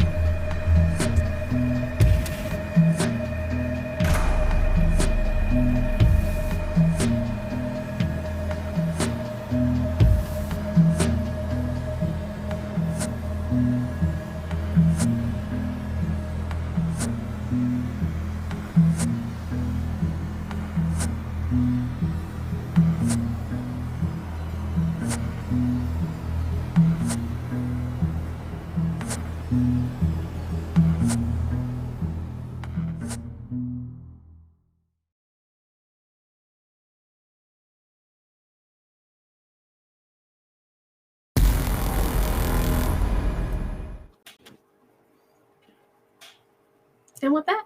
All right. Welcome back, everybody. So, 10 years ago, Pretty Marsh Harbor was a very different place than it was in the year 2020. 2010, it was just like any other small town in America. It had fireworks on the 4th of July, the best fried mac and cheese east of Vermont, and folks falling in love, a little too young, settling down, having families. The town had a proud, independent spirit, and there was a local band that everyone swore could make it in Hollywood if they wanted to. They just would rather stay on island. It had its share of good times and bad times, and it had its secrets, old secrets, deals made with the devil, murder, cannibalism. Its people made sacrifices to survive and to protect their own. Pretty Marsh Harbor sat just 6 feet above the fires of hell itself, and still somehow life went on year after year, until eventually it did not anymore. Just like any other small town in America. 10 years ago, the foster children of Seawall Orphanage buried their caretaker, Mrs. Toothaker. After the funeral, they traveled to the Lighthouse on the north end of the island, reminisced, spent time just together as a family. And then night came, and they fought a monster. They saw the ghosts of the island's founders, and the lighthouse itself collapsed. Staley, Jay, and Meryl were trapped at the top of the lighthouse when the old tower came crashing down, while Jacob carried Ren safely away, and Gigi stood watching on the moonlit shore. We return now to that forgotten memory in the unfortunate lives of this family. So we'll start as we always do. Pretty Marsh Harbor has many secrets, some of them big, some of them small, a few of them terrifying. Jacob, what is one thing that is true about this scene? This is the direct aftermath of the lighthouse.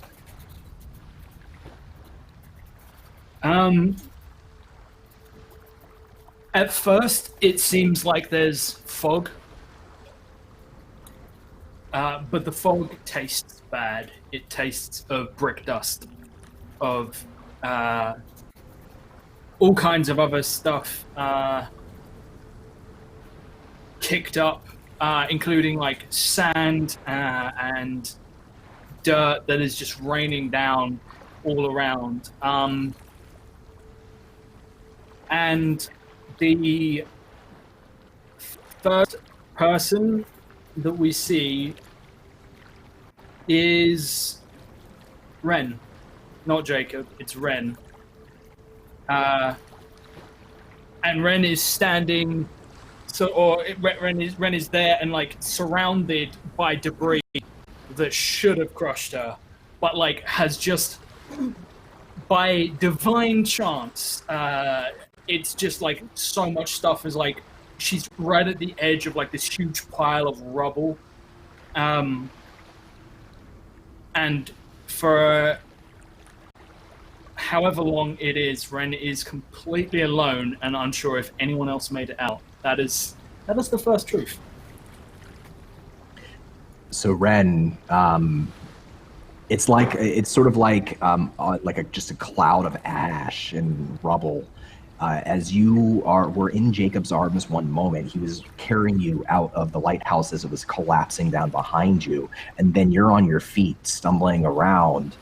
You can't see through this cloud that's pushed out away from the ruins of the lighthouse, but you don't see Jacob there anymore either. It's just you in this cloud with some moonlight kind of cutting through, providing just a little bit of illumination, enough that you can see out to your hand in the dark.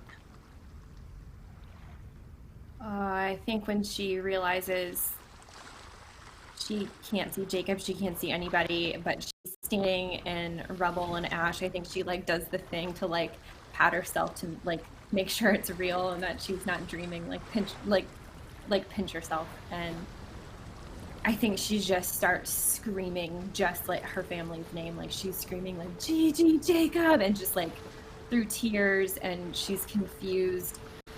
She wants to run, but she just can't. She's frozen, and she's just hoping that someone will answer at her screaming. There's a moment too where something kind of blows in front of you and then gets pushed to the ground by the wind, and it hooks onto a nail that's sticking out of the piece of rubble at your feet. You can see rattling as you're screaming that plastic bag that monster that man wore with the holes cut out of its eyes just rattling in the wind, hooked to a nail, and you're screaming out and screaming out. And Gigi, you can hear as you turned around to watch and you saw the lighthouse come down, as the cloud pushes out almost to where you are, you hear Ren a moment or two later screaming out your name, Staley's name, Jacob's name, everyone's name. Gigi would burst into a run immediately to try and find Birdie. And she pauses only for a brief moment to look at that lighthouse, to look at that rubble and really take it in, and looks at the sky. And I think in her head is one of Birdie's favorite lyrics. Can we pretend that airplanes in the night sky are like shooting stars? And she's like just hoping and making wishes that Birdie is okay. That's her wish in this moment. And then she kind of skids across the sand of the beach towards the lighthouse. And she's just hoping that she and Birdie are going to be singing that song under their duvets when they're meant to be asleep. And everything is going to go back to normal. And this is just a very bad night. And the truth that I'll add to this scene is actually something from our poll in chat. Gigi, as you're running along the shore back towards the lighthouse and Birdie's screaming, you kind of see her appear. Like, I don't think she's really walking, but maybe she stumbles a step forward or 2 steps forward, and that's enough. As this cloud is starting to fade away, you can see her there, all alone, screaming. And Gigi, you also see in the moonlight to your right out over the shore that giant crab claw come back up out of the water, that massive house-shaped claw that you've seen several times this night. It rises up into the air so high that from your angle it eclipses the moon over the horizon and casts shadow over everything. And then it lowers. The moon comes back. It crashes into the ocean with such force that a wave 7, 8, 10 feet tall washes up over the edge of the shore and spills down over the ruins of the lighthouse, just completely washing it out.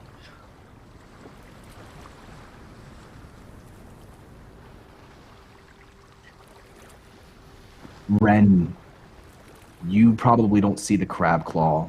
You probably don't see it coming, but the wave crashes into you. It's very forceful. Does Ren swim? Yeah, I think it's like a standard class that all kids on an island have to take in school, is learning how to swim. You do have a swimming pool at your school. It's not a very nice swimming pool, but you do have a swimming pool. So you're hit by this wave and it's pulling you out towards the water, and you can see in the moonlight Gigi running towards you. What do you do, Ren? Oh god, I think that Ren, she swims harder than she's ever swam before, just like kicking and like paddling as hard as she can. I also think she grabs for that plastic bag in just a rage because she wants to like make sure it sinks. You rip it off the nail a moment before you're pulled out with tide as it's pulling back from this crashing wave. Go ahead and make me a quickness roll. Am I reduced? You're -1 dice pull overall. I can't remember if you lost any earlier this session. Oh no, I just meant because of the what time it was. Because of the hour. Yeah, we're about to click over to the second hour, but not yet. Okay. So I've got 3. Okay. 6, 3, 3. So you get to name a truth here.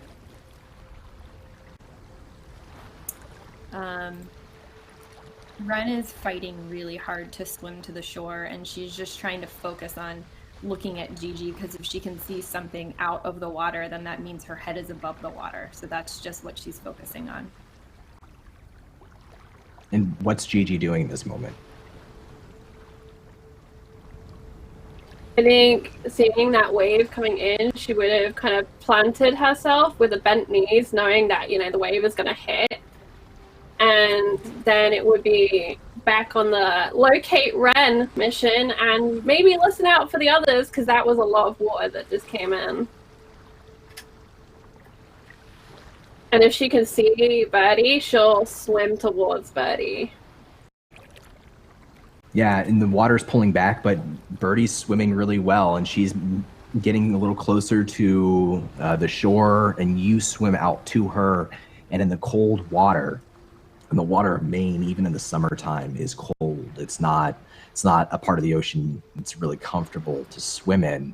The locals can do it, but tonight it's especially cold. And two of you can feel each other's arms. You grab each other. You make it back to shore. And as you do, you come back to the shore, and the water's pulled away from the ruins of the tower, laying there on top of the rubble, not looking particularly hurt or injured, but their eyes closed. Jacob, Staley, Jay, and Meryl, all in different positions.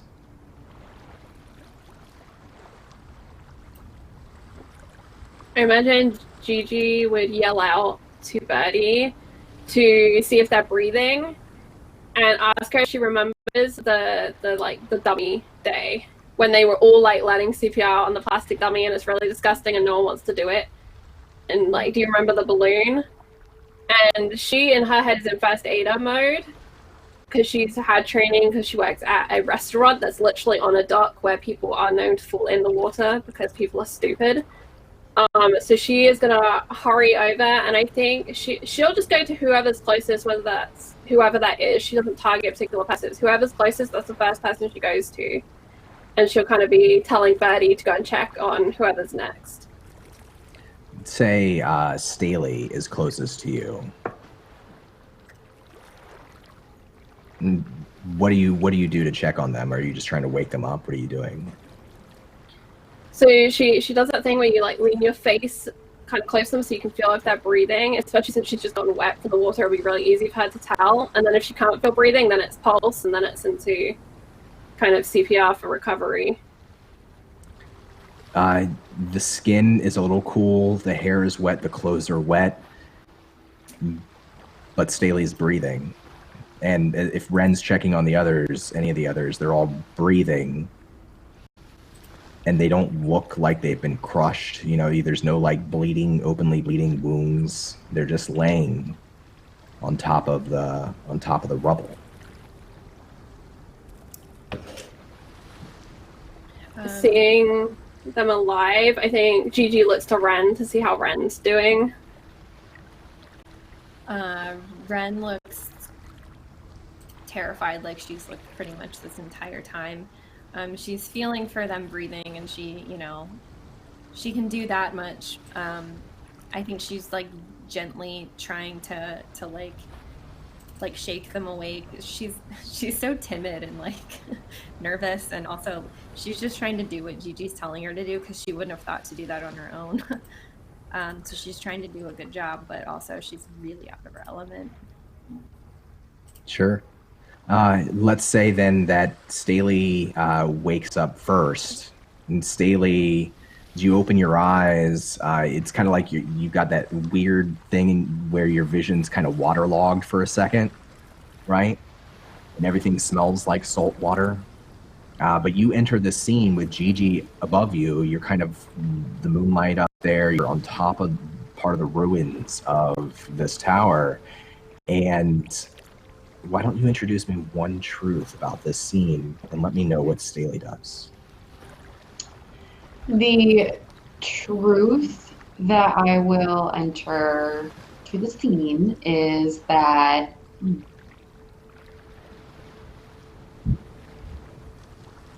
as Staley gets up,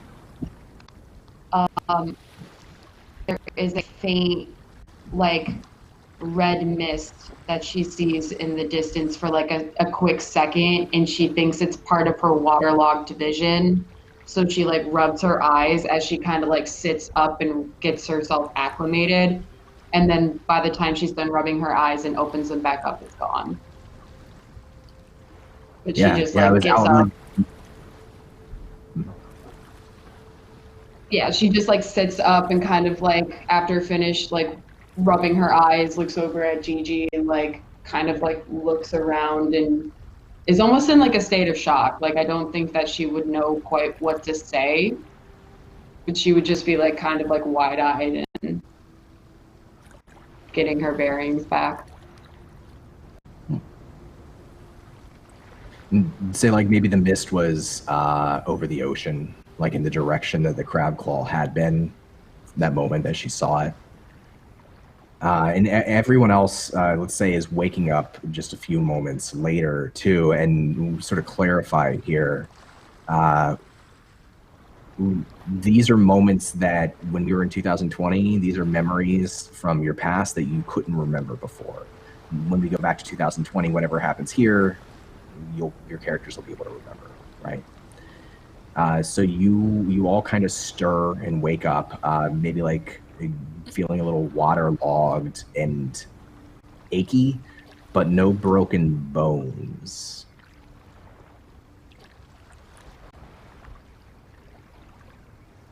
But you're all together. Good morning. I'm awake. Whoever Ren was checking on as they woke up, she would probably just like collapse into them with a hug. I don't get hugs. Well, I was waking Meryl up and he hugs me. Oh, I think you said you hugged me. You Which, accept like, it. That's and my he accepts it, and then like kind of reciprocates, like. My truth is you enjoy it. This is nice. You know, and seriously though, I mean, like they have kind of a little bit of a thing, a little bit, but Meryl's not on planet Earth, and so he can't quite pick up on a real relationship. You know what I mean? And so it's, but yeah, somewhere he's glad that Ren is giving him a hug. All right, that's a nice thing that we're doing. You're here with that, doing this thing. Okay. I'm gonna get up. I'm gonna try to get up. You can stop hugging me now. Ren stops hugging. What happened?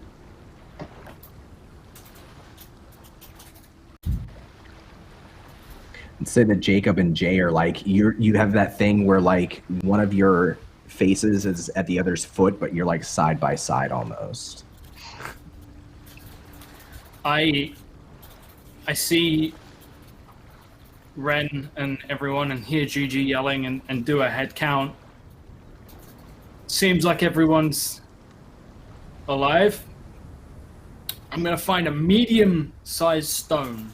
A stone, not like a rock or like a piece of masonry, just a small stone and very weakly just throw it at Jay's face. You happened.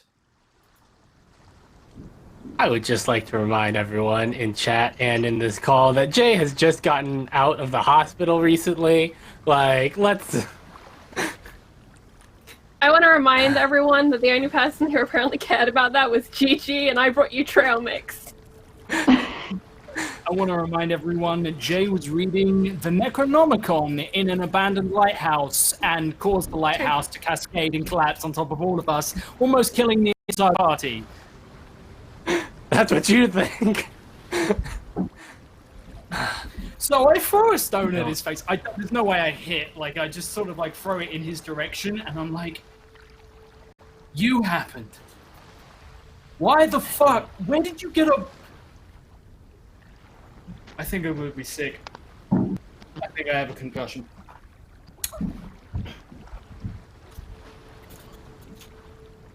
I don't remember exactly what happened.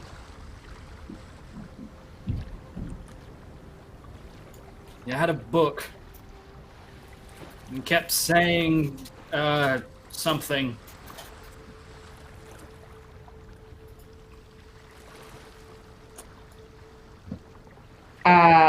I turn around at this point to like face everybody because I assume that I was like facing the opposite direction. Talk? That's it. Do you remember any of that? That doesn't sound like me. What did you That say? I'm assuming this... Sound like you. Well, it happened. Look at what happened. Staley, what did you just say? He kept repeating talk. I've heard that before. From where? What is it? What does it mean? I don't know. It's what he was saying in the hospital right before, and her hand goes up to the bald patch because Don ripped my hair out in case anyone's forgotten. A lot of angst and resentment. There's a lot of resentment here. We had so much 10 minutes to chill out from this. I don't know what that means, and I don't see how any of this is my fault. That lighthouse was old. Honestly, the town should have done something about it. It's really kind of a safety hazard.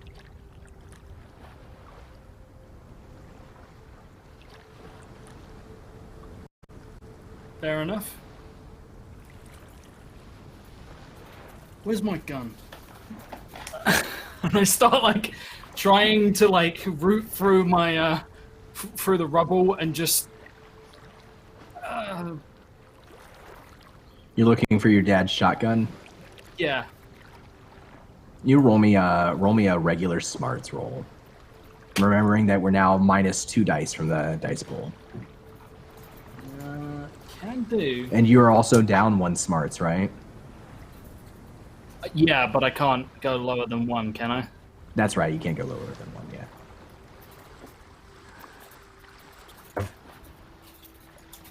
Five. So you get to name the truth here as you go searching It's through the gone. rubble. It's completely gone. It's under a building, but like Jacob doesn't process that initially, and then Jacob slowly becomes aware that like over the sound of the sea and like the waves die down every moment or so, he's just aware of this high-pitched ringing and realizes like there's a little blood in his hair and he's probably got a concussion. Everyone here is probably a little banged up in some way, and we should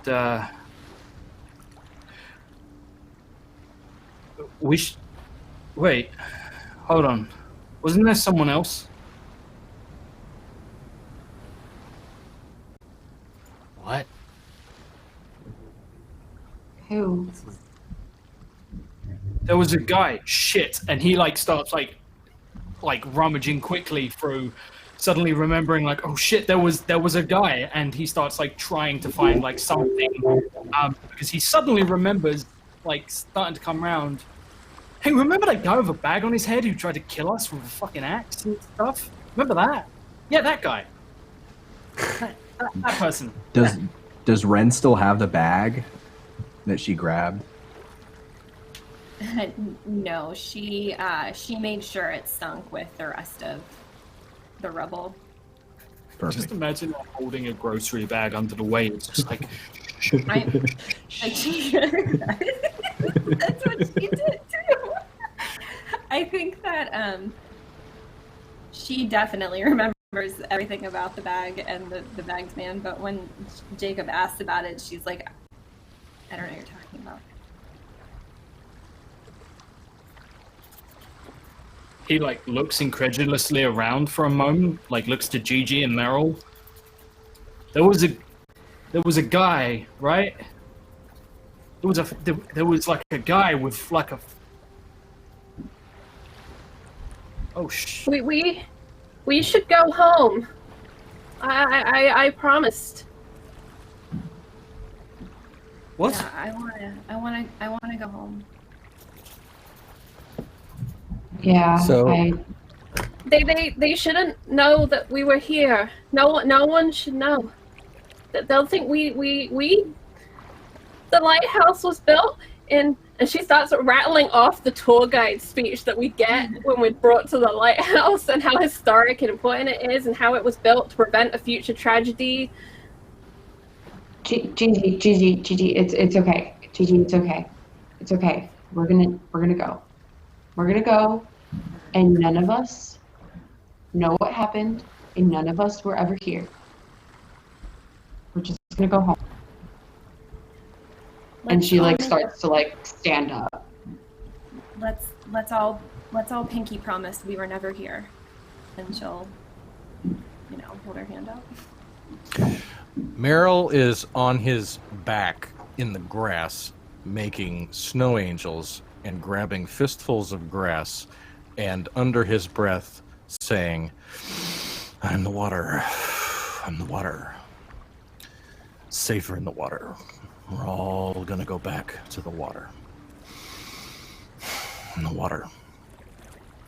I'm all the water.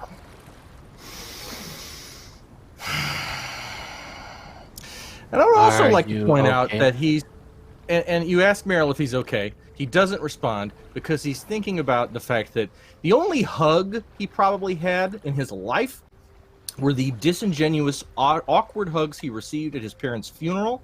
And that was probably the first, like, real hug he's ever had.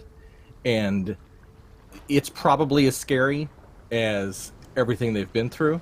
And so I don't answer you. Meryl doesn't answer. He's just on his back doing angels. I never expected Meryl to pinky promise me anything, so I don't push it. I'm the water. I will reach out and still trying to wrap his head around all of this. I will pinky swear with Ren, but before I release the pinky swear, I will look over to Jay and say,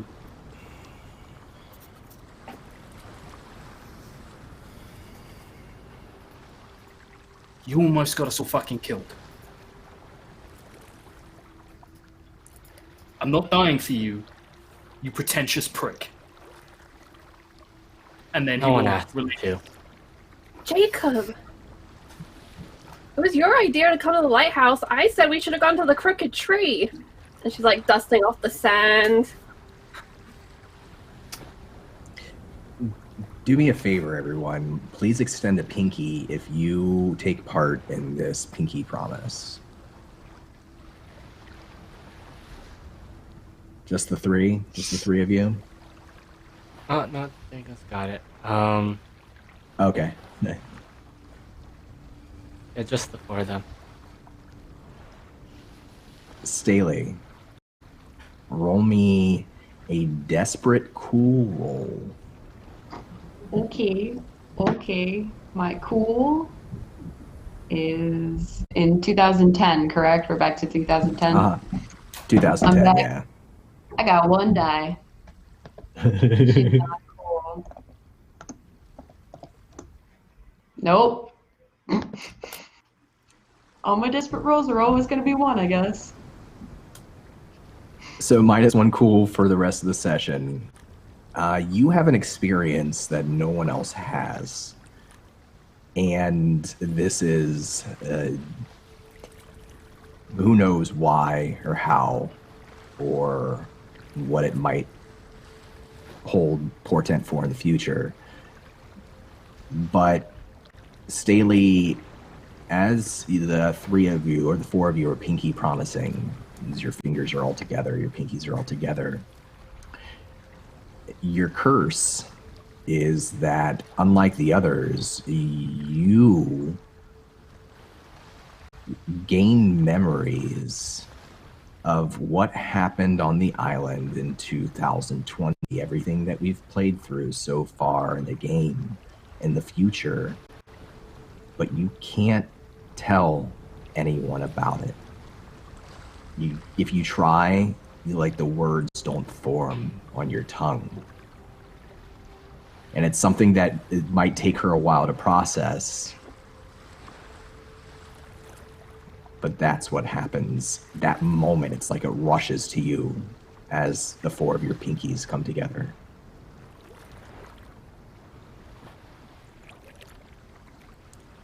Awesome. Well, while you're all having your, I don't know, your Power Ranger moment over there, someone's gonna need to help me get up. Leg is still busted. Gigi is gonna reach over because I imagine she was between Jay and Staley, and she's gonna grab his hand and pinky promise him, and then help him up. He's in this deal whether he wants it or not.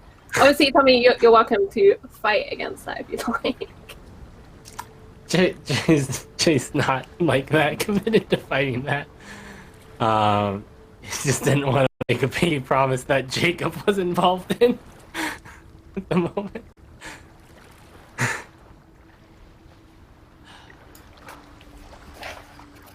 Come on, we're going home. We were never here. We were never here.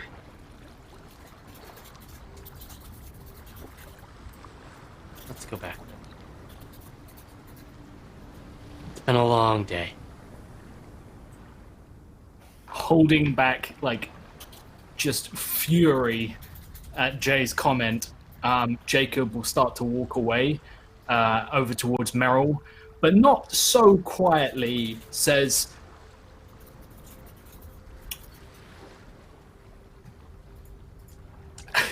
not so quietly as he's walking away, will say, oh god, I can't word this. Brain. Oh, I had a line. I'm just too angry. He tries really hard to come up with a snappy parting thing to just sort of says, he's just, and What do you want, Jacob? and we'll walk over to Meryl and looks to Meryl and, hey, are you okay? Do you say that not so loud, not so quietly? Yeah. Don't yell at me. I'm fine. I'm the water. I'm the fucking water! Woo! Okay. And he stands up. What are we doing? Who's hungry? Sure. Surprisingly me. Fucking pancakes or something. Fucking IHOP. Something like that. Something.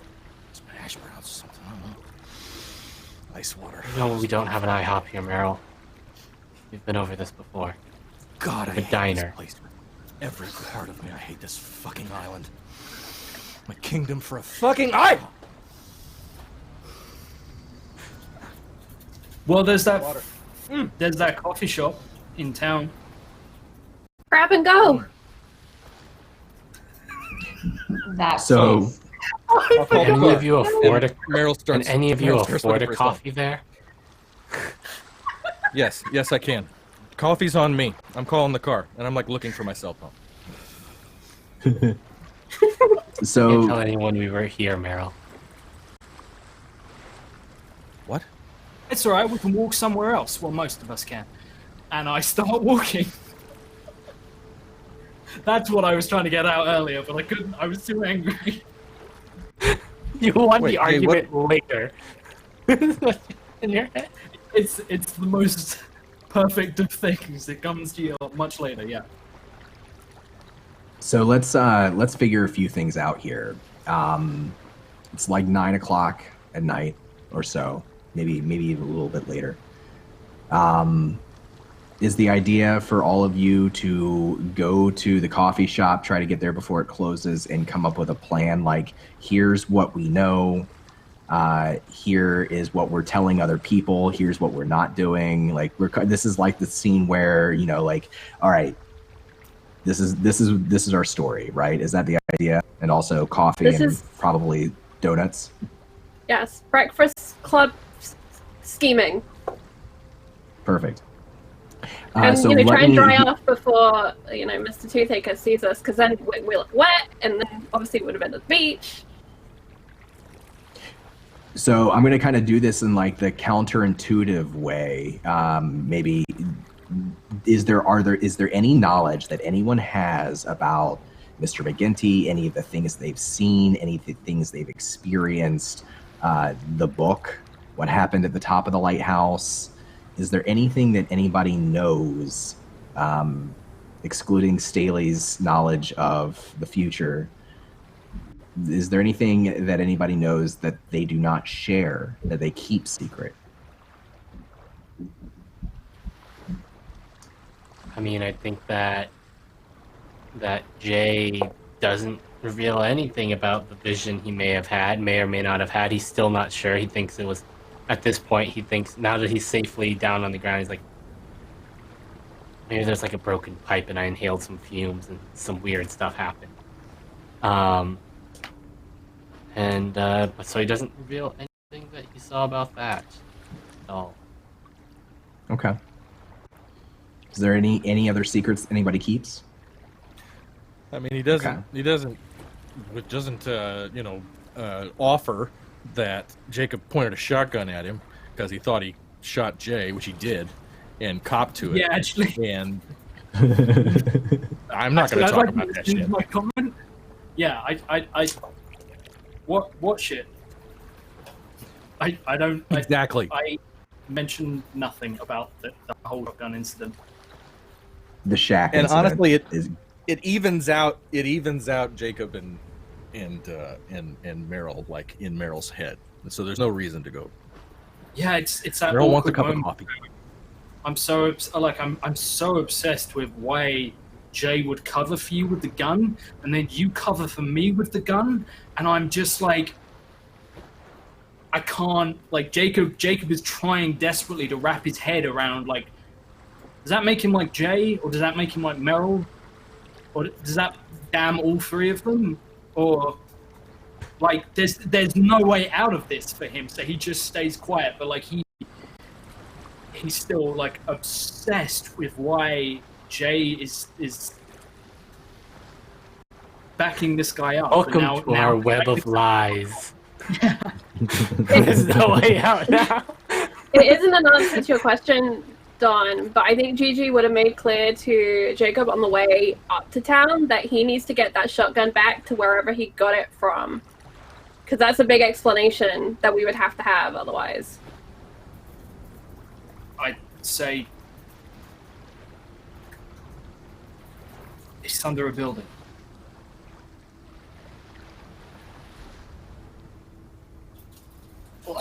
I don't know what I'm not a digger.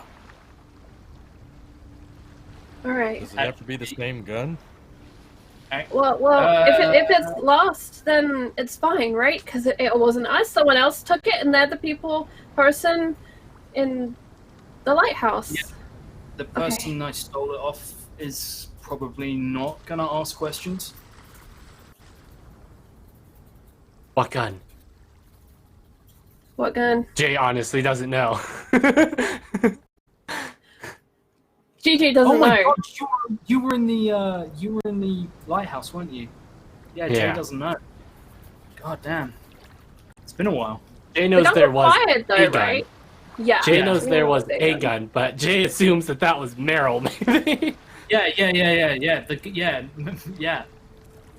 So, is it explained then the entire incident with the man on the shore who used to look like Mr. McGinty, but whose face was burned? Your first interactions with him in the woods several days before, all of that. Do you Even kind of take the before time to catch everybody up? Even before that, when I saw him freaking out in the general store, at the grocery store, because he vomited on me. He vomited blood on me after saying tack. And I was like coming up with a quippy response, and once again was too late, and he just like threw vomit up on me, and it was like blood, and I just I took all my shirt and my hoodie off and just threw it all in the bin and ran away. Now, I want to add too, is you're having this conversation, you're like trying to put all the story together for everybody, except for these secrets that we've said, the couple of things we've said we'd keeping to ourselves. The old barista server who works the late night shifts most nights at the Crab and Go, like she's trying not to pay you attention from behind the counter as she sometimes brings you like refills in your coffee. But like every once in a while, you can all just kind of catch her, like give you a sharp, like confused look out of the side of her eye, and then like go back to pretend like she's reading the newspaper. Every now and again, I would like to throw in, and then I got to the next level on it, and it's like it's DLC. It's like it's really hard. You got to like do something to unlock this secret level on this game, where this guy came at us with an axe, and it's crazy. There's like a quick time event, which by the way is fucking terrifying, and yeah. Can we do you got any food? Is there anything fresh? I've never been to a coffee shop before, like really, so I'm like, it's like anything to get her to go away and get us food or something. Yeah, she takes it as an excuse to basically get out of there, and you can hear her like you see her with her cell phone as she's walking into the back through like one of those swinging doors, and you can see her holding it up to her ear through like the circular window in the door on the other side for just a moment, and you can hear like her excited voice on the other side. You don't hear what she's saying, but you suspect that she might be immediately calling somebody to talk about how weird these kids are acting. Is it bad? My brain went, we should finish her. That was exactly what I was thinking. I was like, well, now we have to kill her. Well, this... just once again, it's just Bird, just like shh. Except this time it's a bagel bag over the head. I know. Okay, so Gigi turns to Meryl and says, Meryl, do you have any more of those gross bucks? Yeah, I got a lot. Do you have any real money? Yeah, I got real money. Why? And Gigi's looking at the woman like, It works in movies, right? You just you pay people and they hang up the phone and they don't call the cops and we don't get in trouble with the fire department. Wait, are we bribing a barista? Shh. Are we bribing a barista? Christ, you know. Hey, I've kept a lot of secrets for good tips. Look at Meryl's parents. Weren't supposed to come to the shop and talk about the crazy shit in front of the waitress. I love that Meryl- movie. Meryl is going through the paper, by the way. Meryl picked up a paper on the way in and folds it over and folds it again and slides it in front of Ren and taps 3 times. And then looks at Gigi and goes, okay, so let me get this straight. you think that the waitress overheard something, and now you want to pay off the waitress? This is pretty much. There's 6 of us in here soaking wet, talking about weird crap. I think she noticed. All right, well, we'll leave her one son of a bitch of a tip. Hang on a second.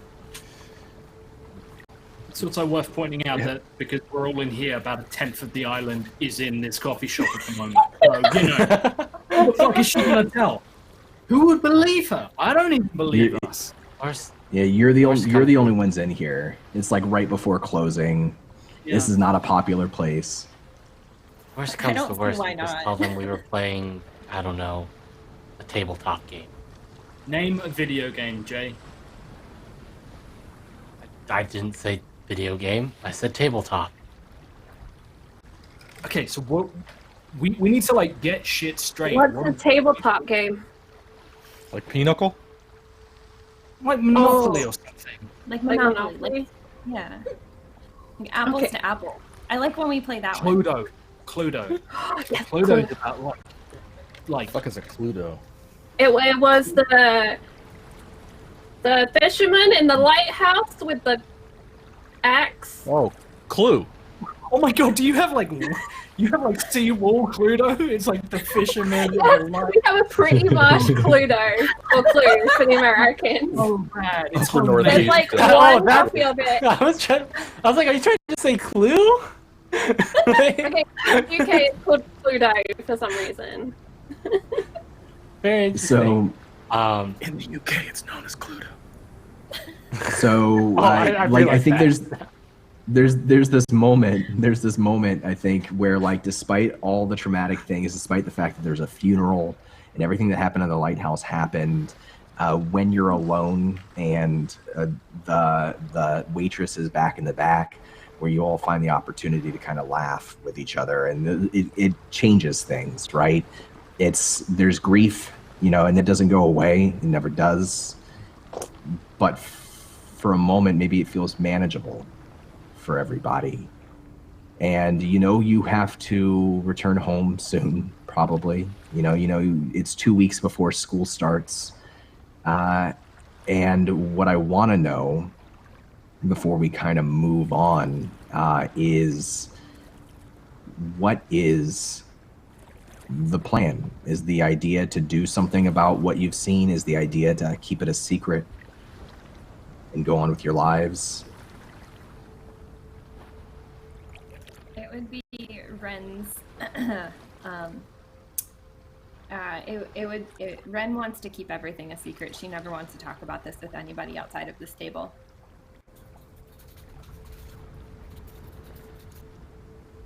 Is there anybody opposed to that?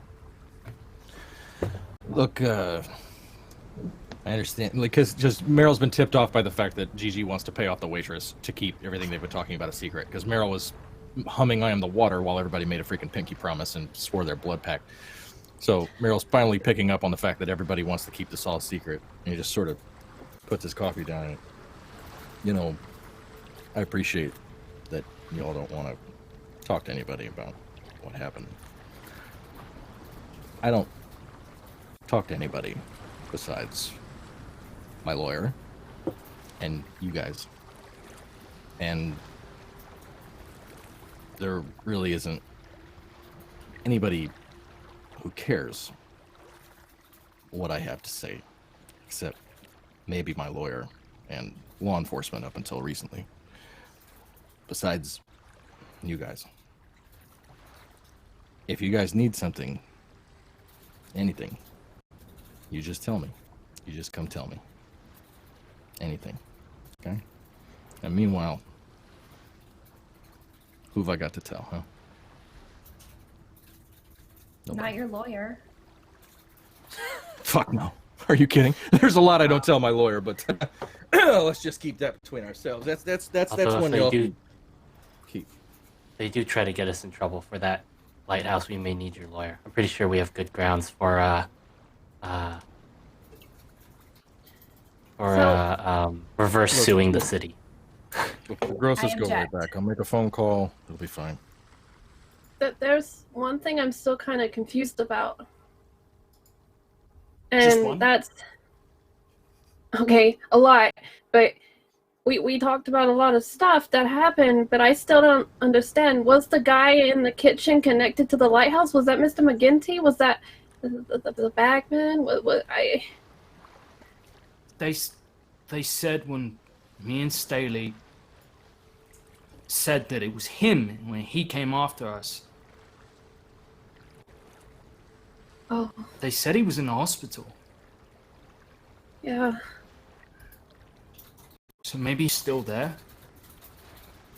But I mean, I don't want to go looking for him. What if... Look, the only thing I can think of right now is the fact that whether or not he wants to admit it, Jay had a fucking book, and that book did something. And if we can't talk to anyone about it, there's only one place in town I know where we can find out information. The library? Go to a library.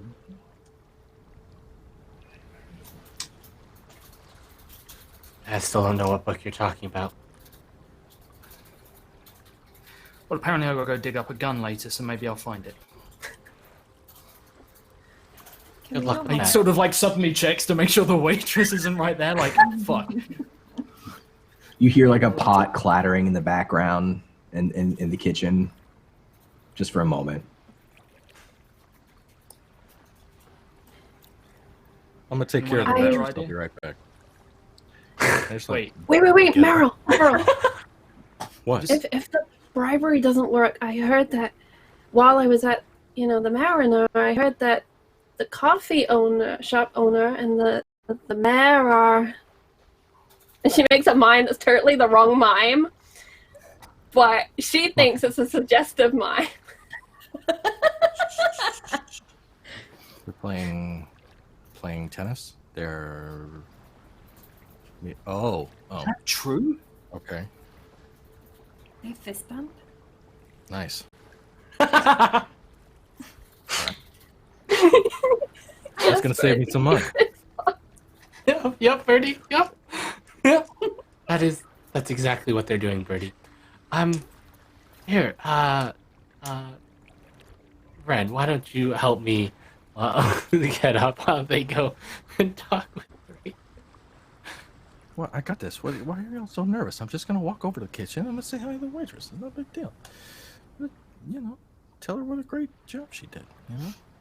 I can wait till she comes back. No looking at me sideways as I'm about to give this woman $1,000. She get her shut the fuck And then... up. 1,000? And then the bullet... What? Yeah, this is very easy. Y'all looking at me like this is a freaking... We gotta disarm a nuclear bomb here. It's a waitress. We're about to close. I think she's gonna be a bit more questioning about $1,000, Meryl. I was thinking like 20. That's a big tip. Group sex in the woods. Group sex in the woods. She That's walks what it back out. She walks out as soon as you say group sex in the woods, like a moment before that. I want to clarify. And like her face just goes... Oh, hi. She takes a deep breath and nods and gives you a tight smile and goes back to her newspaper and pops it open in front of her face. And then the clown said, "That's not a balloon animal. That's my wife." You can hear her kind of clear her throat. What? We should go.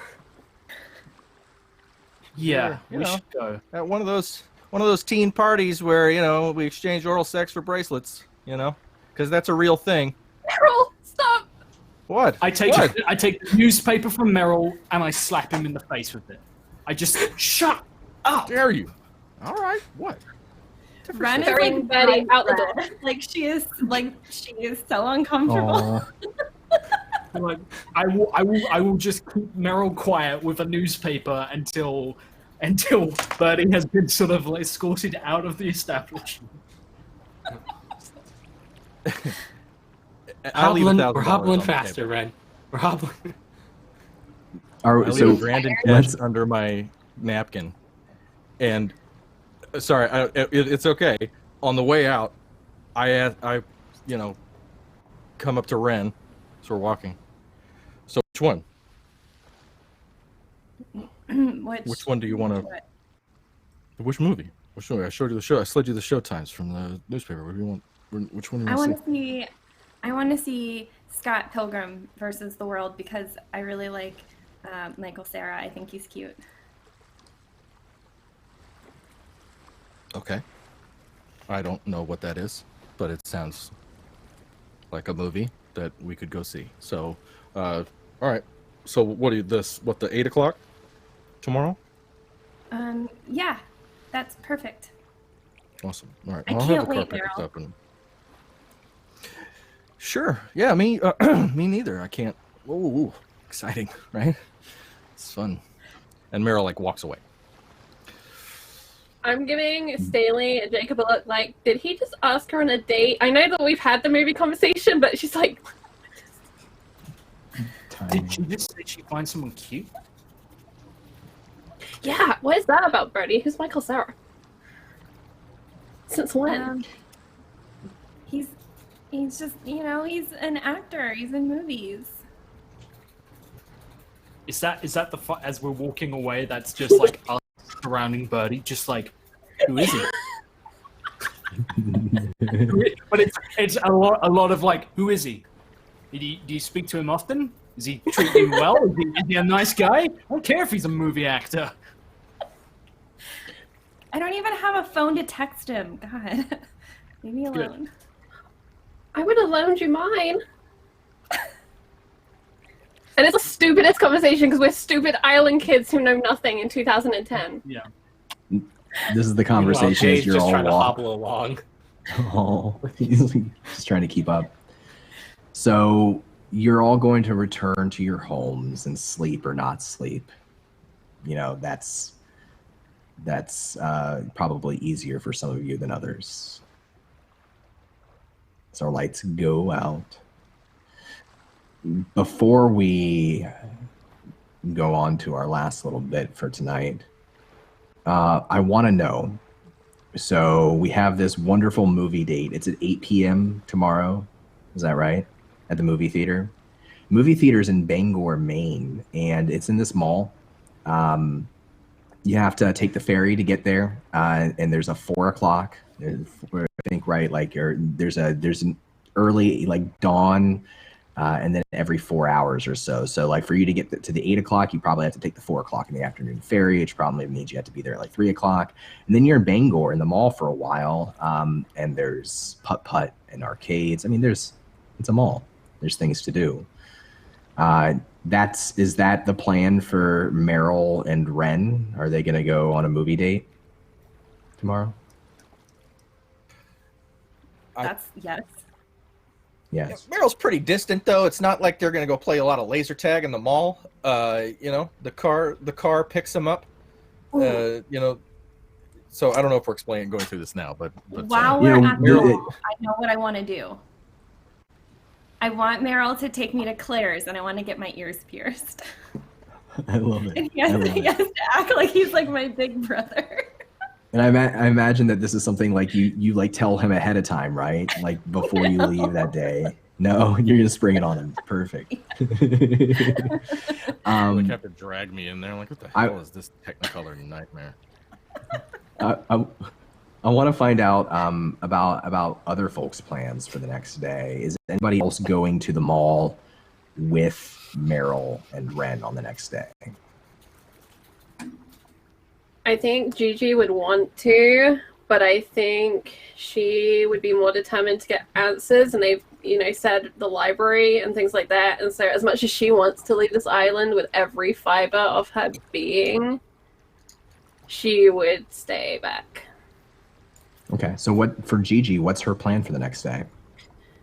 I think her plan is basically go through all the books at the library, and then like anywhere else in town she could think of to try and figure out something about what was going on. Look up the word tack. She's gonna try and get to rent one of the computers and Google the word tack and figure that out. And basically, if she can think of someone who's really good at history, and the librarian I think is that person, if I remember session 0, she's gonna try and like subtly ask them questions to find out things. because it's just so weird, and it happened at the lighthouse, and when did the lighthouse light break and things like that. But don't worry, I'm just asking for a project for school because school starts soon. And so yeah, her plan is like bullshit around town and find out what the fuck is going on, because she's worried there are 2 murderers in town, and one of them has murdered her mother, Miss Two Taker, and like it's not okay. Would anyone resolve to go with Gigi to the library the next day? Jay needs some new crutches. Where's he getting new crutches from? I don't What's his know. plan for next day? I don't think I don't know if they sell crutches at the mall. Probably not. They do not sell them at Claire's. I want a truth that is like in our basement, the creepy basement with the dentist chair. There's one of those like antique wheelchairs. It's like semi-broken, yeah. But there's one of those in the basement. I think I'd rather go find a branch and whittle my own crutch than use that thing. Well, Jacob's dad works at the lumber mill. It's not a bad idea, actually. Okay. So, Tommy, is your plan the next day to actually go to the lumber mill? Is this something that he wants to pursue the next day? Yep. Yep. Just gonna right. Make it down to the lumber mill. What about Staley and Jacob? Do you have any plans for the next day? Anything that the two of you want to pursue? I will ask my roommate after we get up to our room that night. I will ask him if he will give a lift to anyone who wants to go to the mainland. Not asking to go with him to the movie theater, just to get off the island. You want to ride? Yeah, maybe. Yeah, it's fine. It's on its way. In which case he will go and he will go and he will find Staley and say, hey, are you like busy at all? At this moment, or I mean, no, I'm not doing much of anything, honestly. Where do you think this conversation's taking place? Let's paint the picture a little bit. We've got a couple of hangout spots, so like, is this up in the Staley attic? Staley would be in the attic. Like, she would go, so in the coffee shop, she stared at her coffee idly, didn't engage with anybody, very much to herself, like kind of very somber. And then as soon as she got back to the orphanage, she goes like right up to the attic and just like, as usual, pulls out a cigarette, just kind of sits there with the window kind of cracked and just stares out the window for a little while until Jacob comes up. So that's where I assume the conversation is probably happening. So he will like awkwardly knock on the open hatch, even though he's like already got his torso like mostly in, and says, "Have you got a minute? Maybe like for a sec." Yeah, Jacob, what's going on? He will crawl up. He'll close the hatch, and he takes a moment to sort of like think about the last few days, and he will go over and just drag like a box of old toys and put it on top of the hatch so it can't be opened. And he will kind of like walk over to her, unable to really stand up in the attic. It's one of those awful slant ceilings, and he comes and he sits opposite her.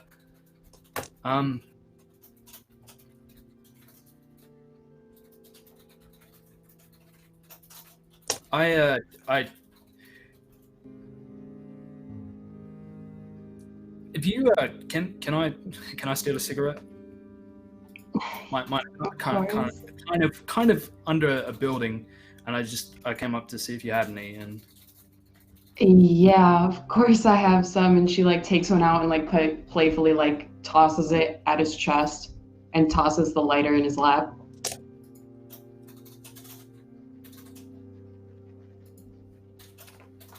all right, that's bullshit. I didn't actually come up here for that. Look,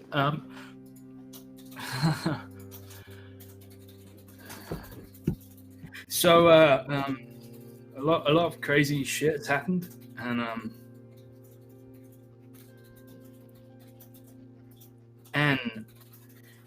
you know, I didn't want to say anything because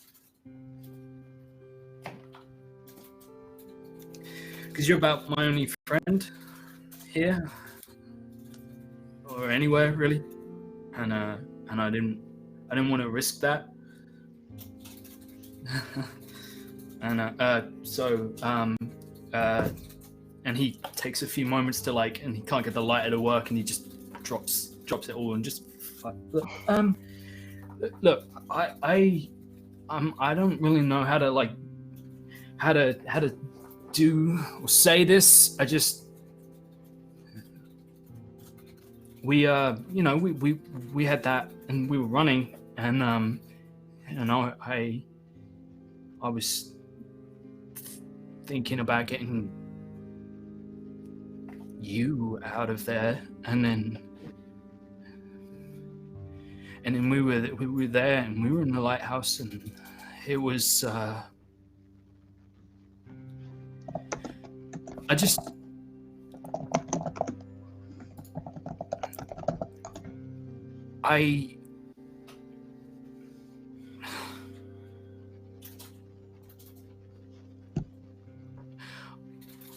I like you.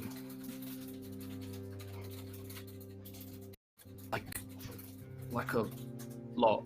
And I didn't really want to say anything, and then Staley will like jump off the ledge and like wrap her arms around him, and if Jacob will allow, she will kiss him and like tackle him onto the floor. he makes like a startled sound as he's completely bowled over. And she just like giggles. She just like giggles next to him. It took you long enough. Shut up. Look, Meryl's, you know, well, he's got a car, and like, and Meryl's got a car, and he, you know, him and Ren, that, you know, they're going to, you know, you were there. It happened in front of us at the coffee shop. So they're like going. Yeah. So like, you know, so I was thinking like maybe we could go somewhere, you know, or I don't really care. Cool. I just would like to, yeah, great, yeah. Definitely, yeah, cool, sick. And she just like pushes his shoulder. He sort of like pushes her shoulder slightly, and well, we should like get going. Yeah, probably. Yeah, good idea. He holds out his arm to like link arms with her, and it's only it's like to like awkwardly walk underneath the ceiling, and then they can't go side by side down the thing, and he's got to move, and it's just awful. Yeah, it's awkward. It's so awkward. For a moment it's not, and yeah, and it's for a moment it's good. For a moment, it's good. And Staley, roll me a desperate empathy roll. Oh, okay. What is my empathy in 2010? It is. It's normally 5. We subtract 3. Subtract 3 for right now, yeah. Okay, so I you have 2 dice. Yeah.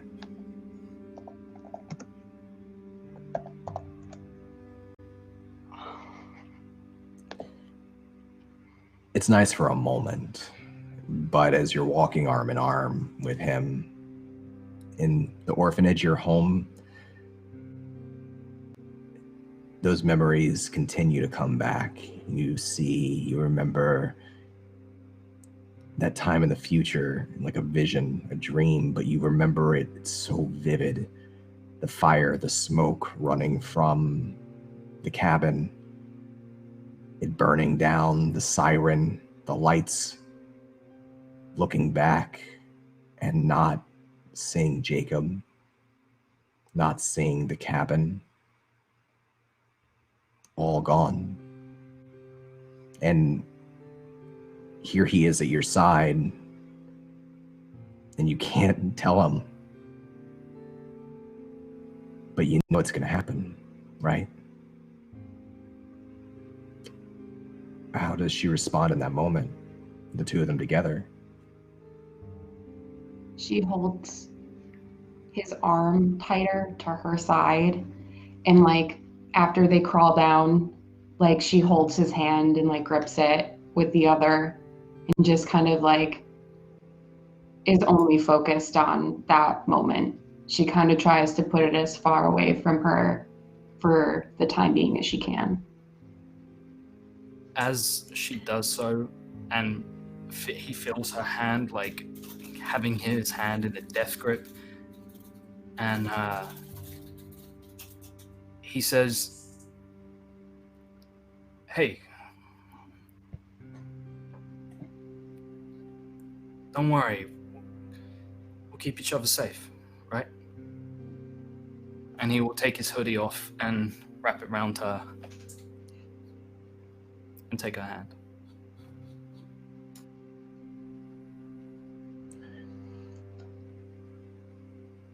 It's nice for a moment.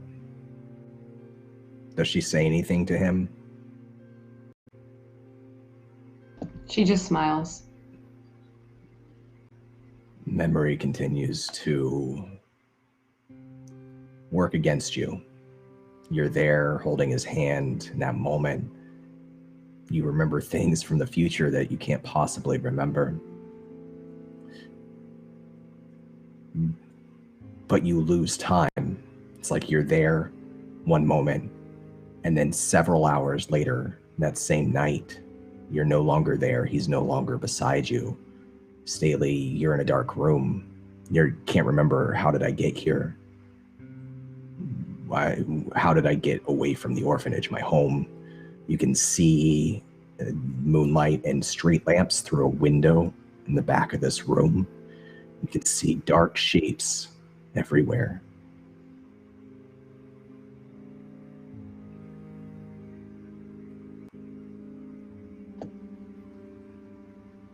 Can I move?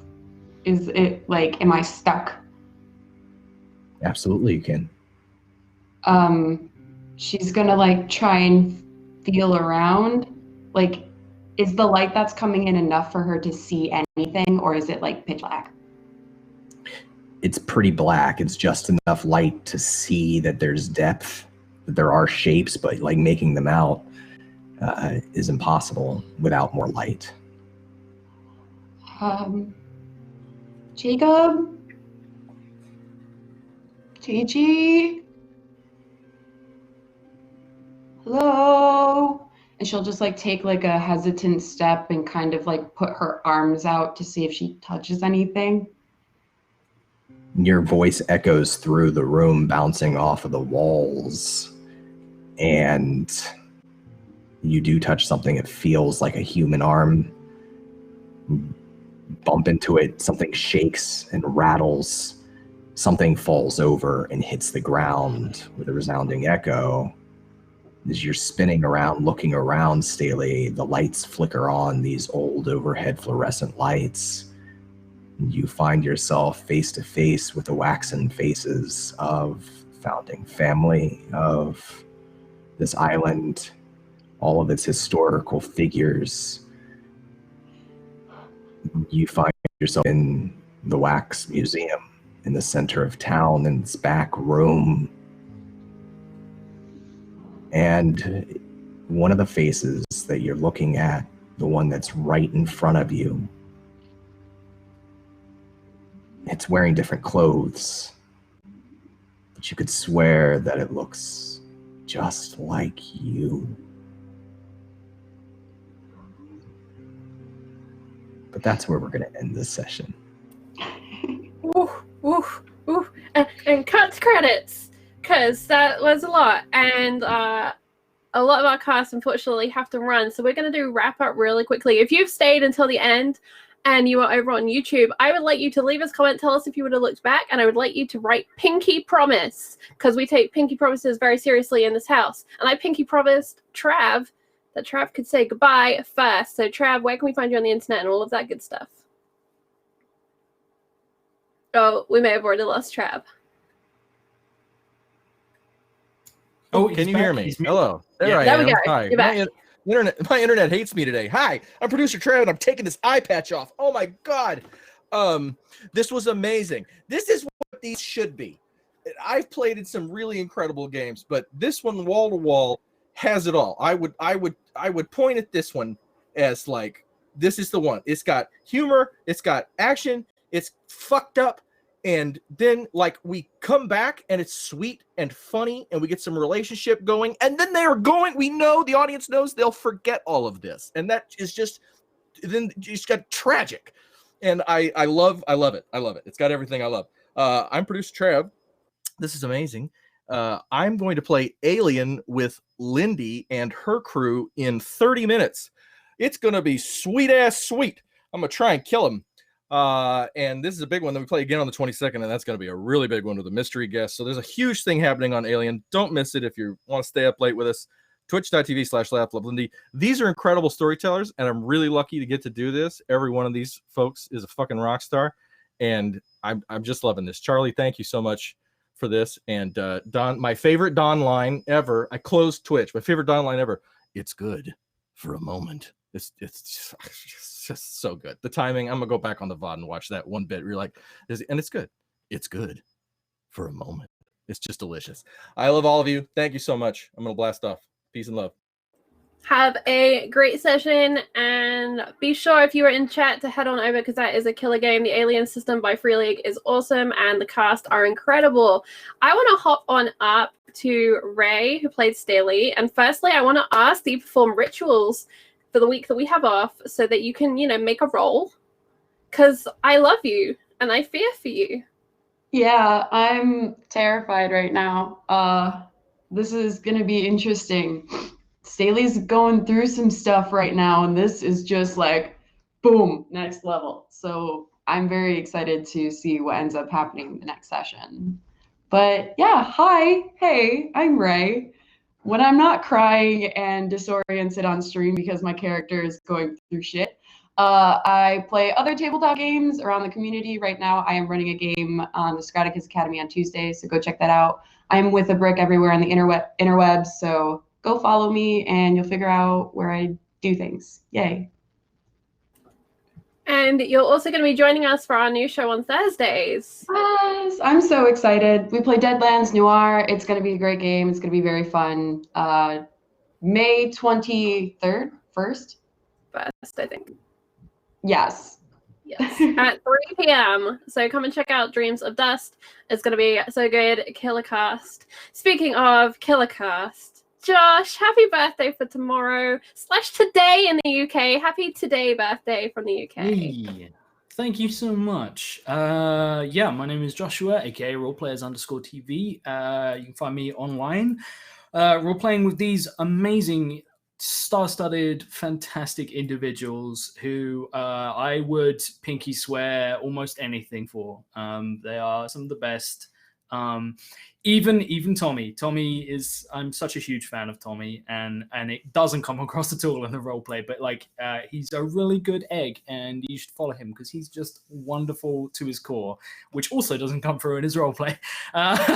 We're playing terrible people, but I love that. And yeah, today was an episode I will be spending quite some time trying to decompress, but in the meantime, yeah, you can find me online, where I will soon be hopefully announcing a show that is up and coming, which I keep teasing, and hopefully is I'm sort of edging it towards creation and coming out into this world, and I'm very excited for that. But in the meantime, you can find me over on Tales from the Grim on Wednesdays, where I play Aris of Gesso, who is a witcher who has got a lot of stuff going on as well, and his life is just aces as well, because life is great. That's me. And I'm going to shout out Josh's amazing wife, who has her Twitch partner anniversary next Friday. So if you are looking for something to check out, I imagine Tia is going to be doing a lot of killer streams next Friday, and it's well worth checking out. Let's move on across to the lovely heart of our show, as always, Lydia. I hope you feel better, firstly.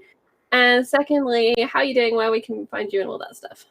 I am doing great. Thank you for asking. I had like a blood sugar drop like right at the beginning of the show, and then I went and shoved a bagel in my mouth, and I feel much better. Oh man, this was so great. I don't know. I'm so bad at these. I can pretend to be a little orphan girl. I can pretend to be an older version of that orphan girl, but when I have to talk about myself at the end of the game, I can't do it.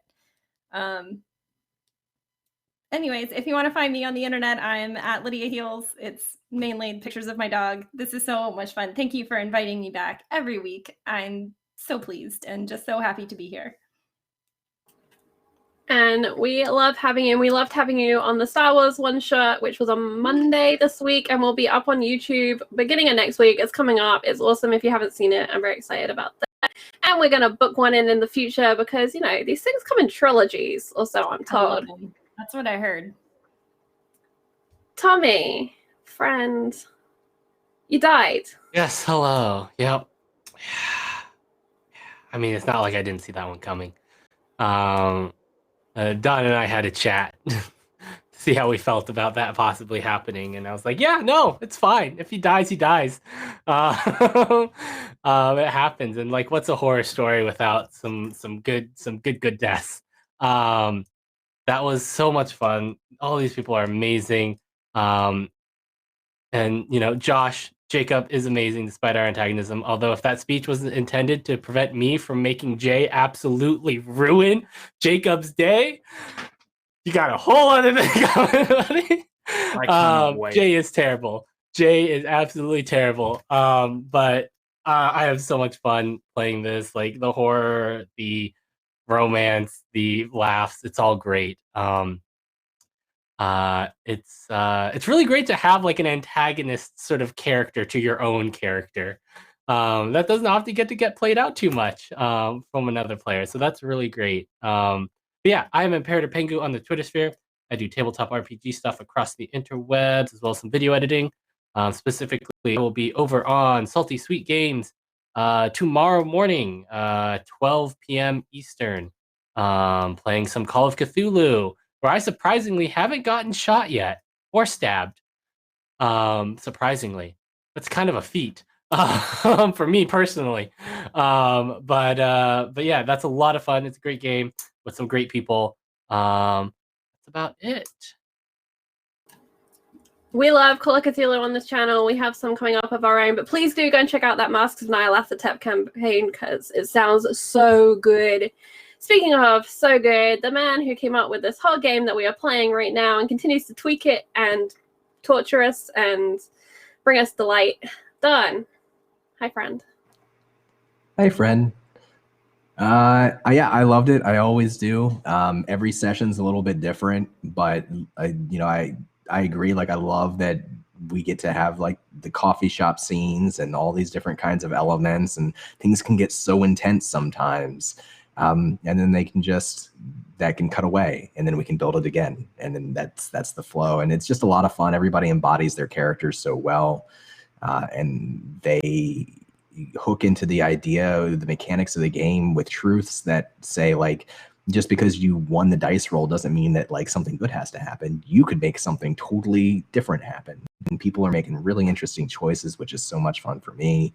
So I have a blast, and I can't wait to kind of get towards the end of this particular story and see how it all resolves. I don't know, because it's improv. We, so much, we use the session 0 stuff and everything that's happened before, but a lot of what happens is what happens in the moment. And chat, thank you for, going along with us and the polls and everything that we do that way to kind of enhance the story and create different plot elements that wouldn't have been there otherwise. And interactivity of that is really super fun. And for folks who are watching on YouTube, please let us know what you think about the show. Thank you for watching and spending your time with us. Come check out our Encounter Roleplay Discord with those links down below. Let us know what you think. If you have any ideas, I love talking about this stuff, and I know everybody else does too. So that's it for me, other than to say I've got other games online. What? Before you pitch, I just had an idea. What we could do is for the people on YouTube so they can get involved, because we have a week off, is we could put a poll in the YouTube description for people on YouTube, and they can tell us what they want for the next episode. I love it. How's that sound? I love it. Yeah. So if you're listening to this on YouTube, you will get a poll in the YouTube in the description down below, and it will have an impact on the story. So we'd love for you to get to interact with us and get to have a little bit of influence on the story. I think it's a lot of fun, and it builds that collaborative storytelling improv spirit that this entire game's all about. So yeah, it's great. And if you want to see what I'm doing, I write games, I run games. That's most of my life. So you can find that stuff. Anything I'm up to that I'm allowed to talk about is on my Twitter, generally speaking, over at Donathan Fry. But that's it for me. I love playing with these people, and I had such a great time tonight. So thank you all very, very much. And the same for me. Please do join us on Discord. This is the last session of this season, and it has been a blast. We will be back May 18th with a brand new season. But Seawall will be back and in the mix. So if you're ready to see how this ride ends, make sure you join us on that Friday. Coming up before us on that Friday will be Masks. I'm going to play the trailer so you can see everything that's coming up. Thank you. And try not to roll too many nat ones, because the boy just told you he likes you. Good night, everyone.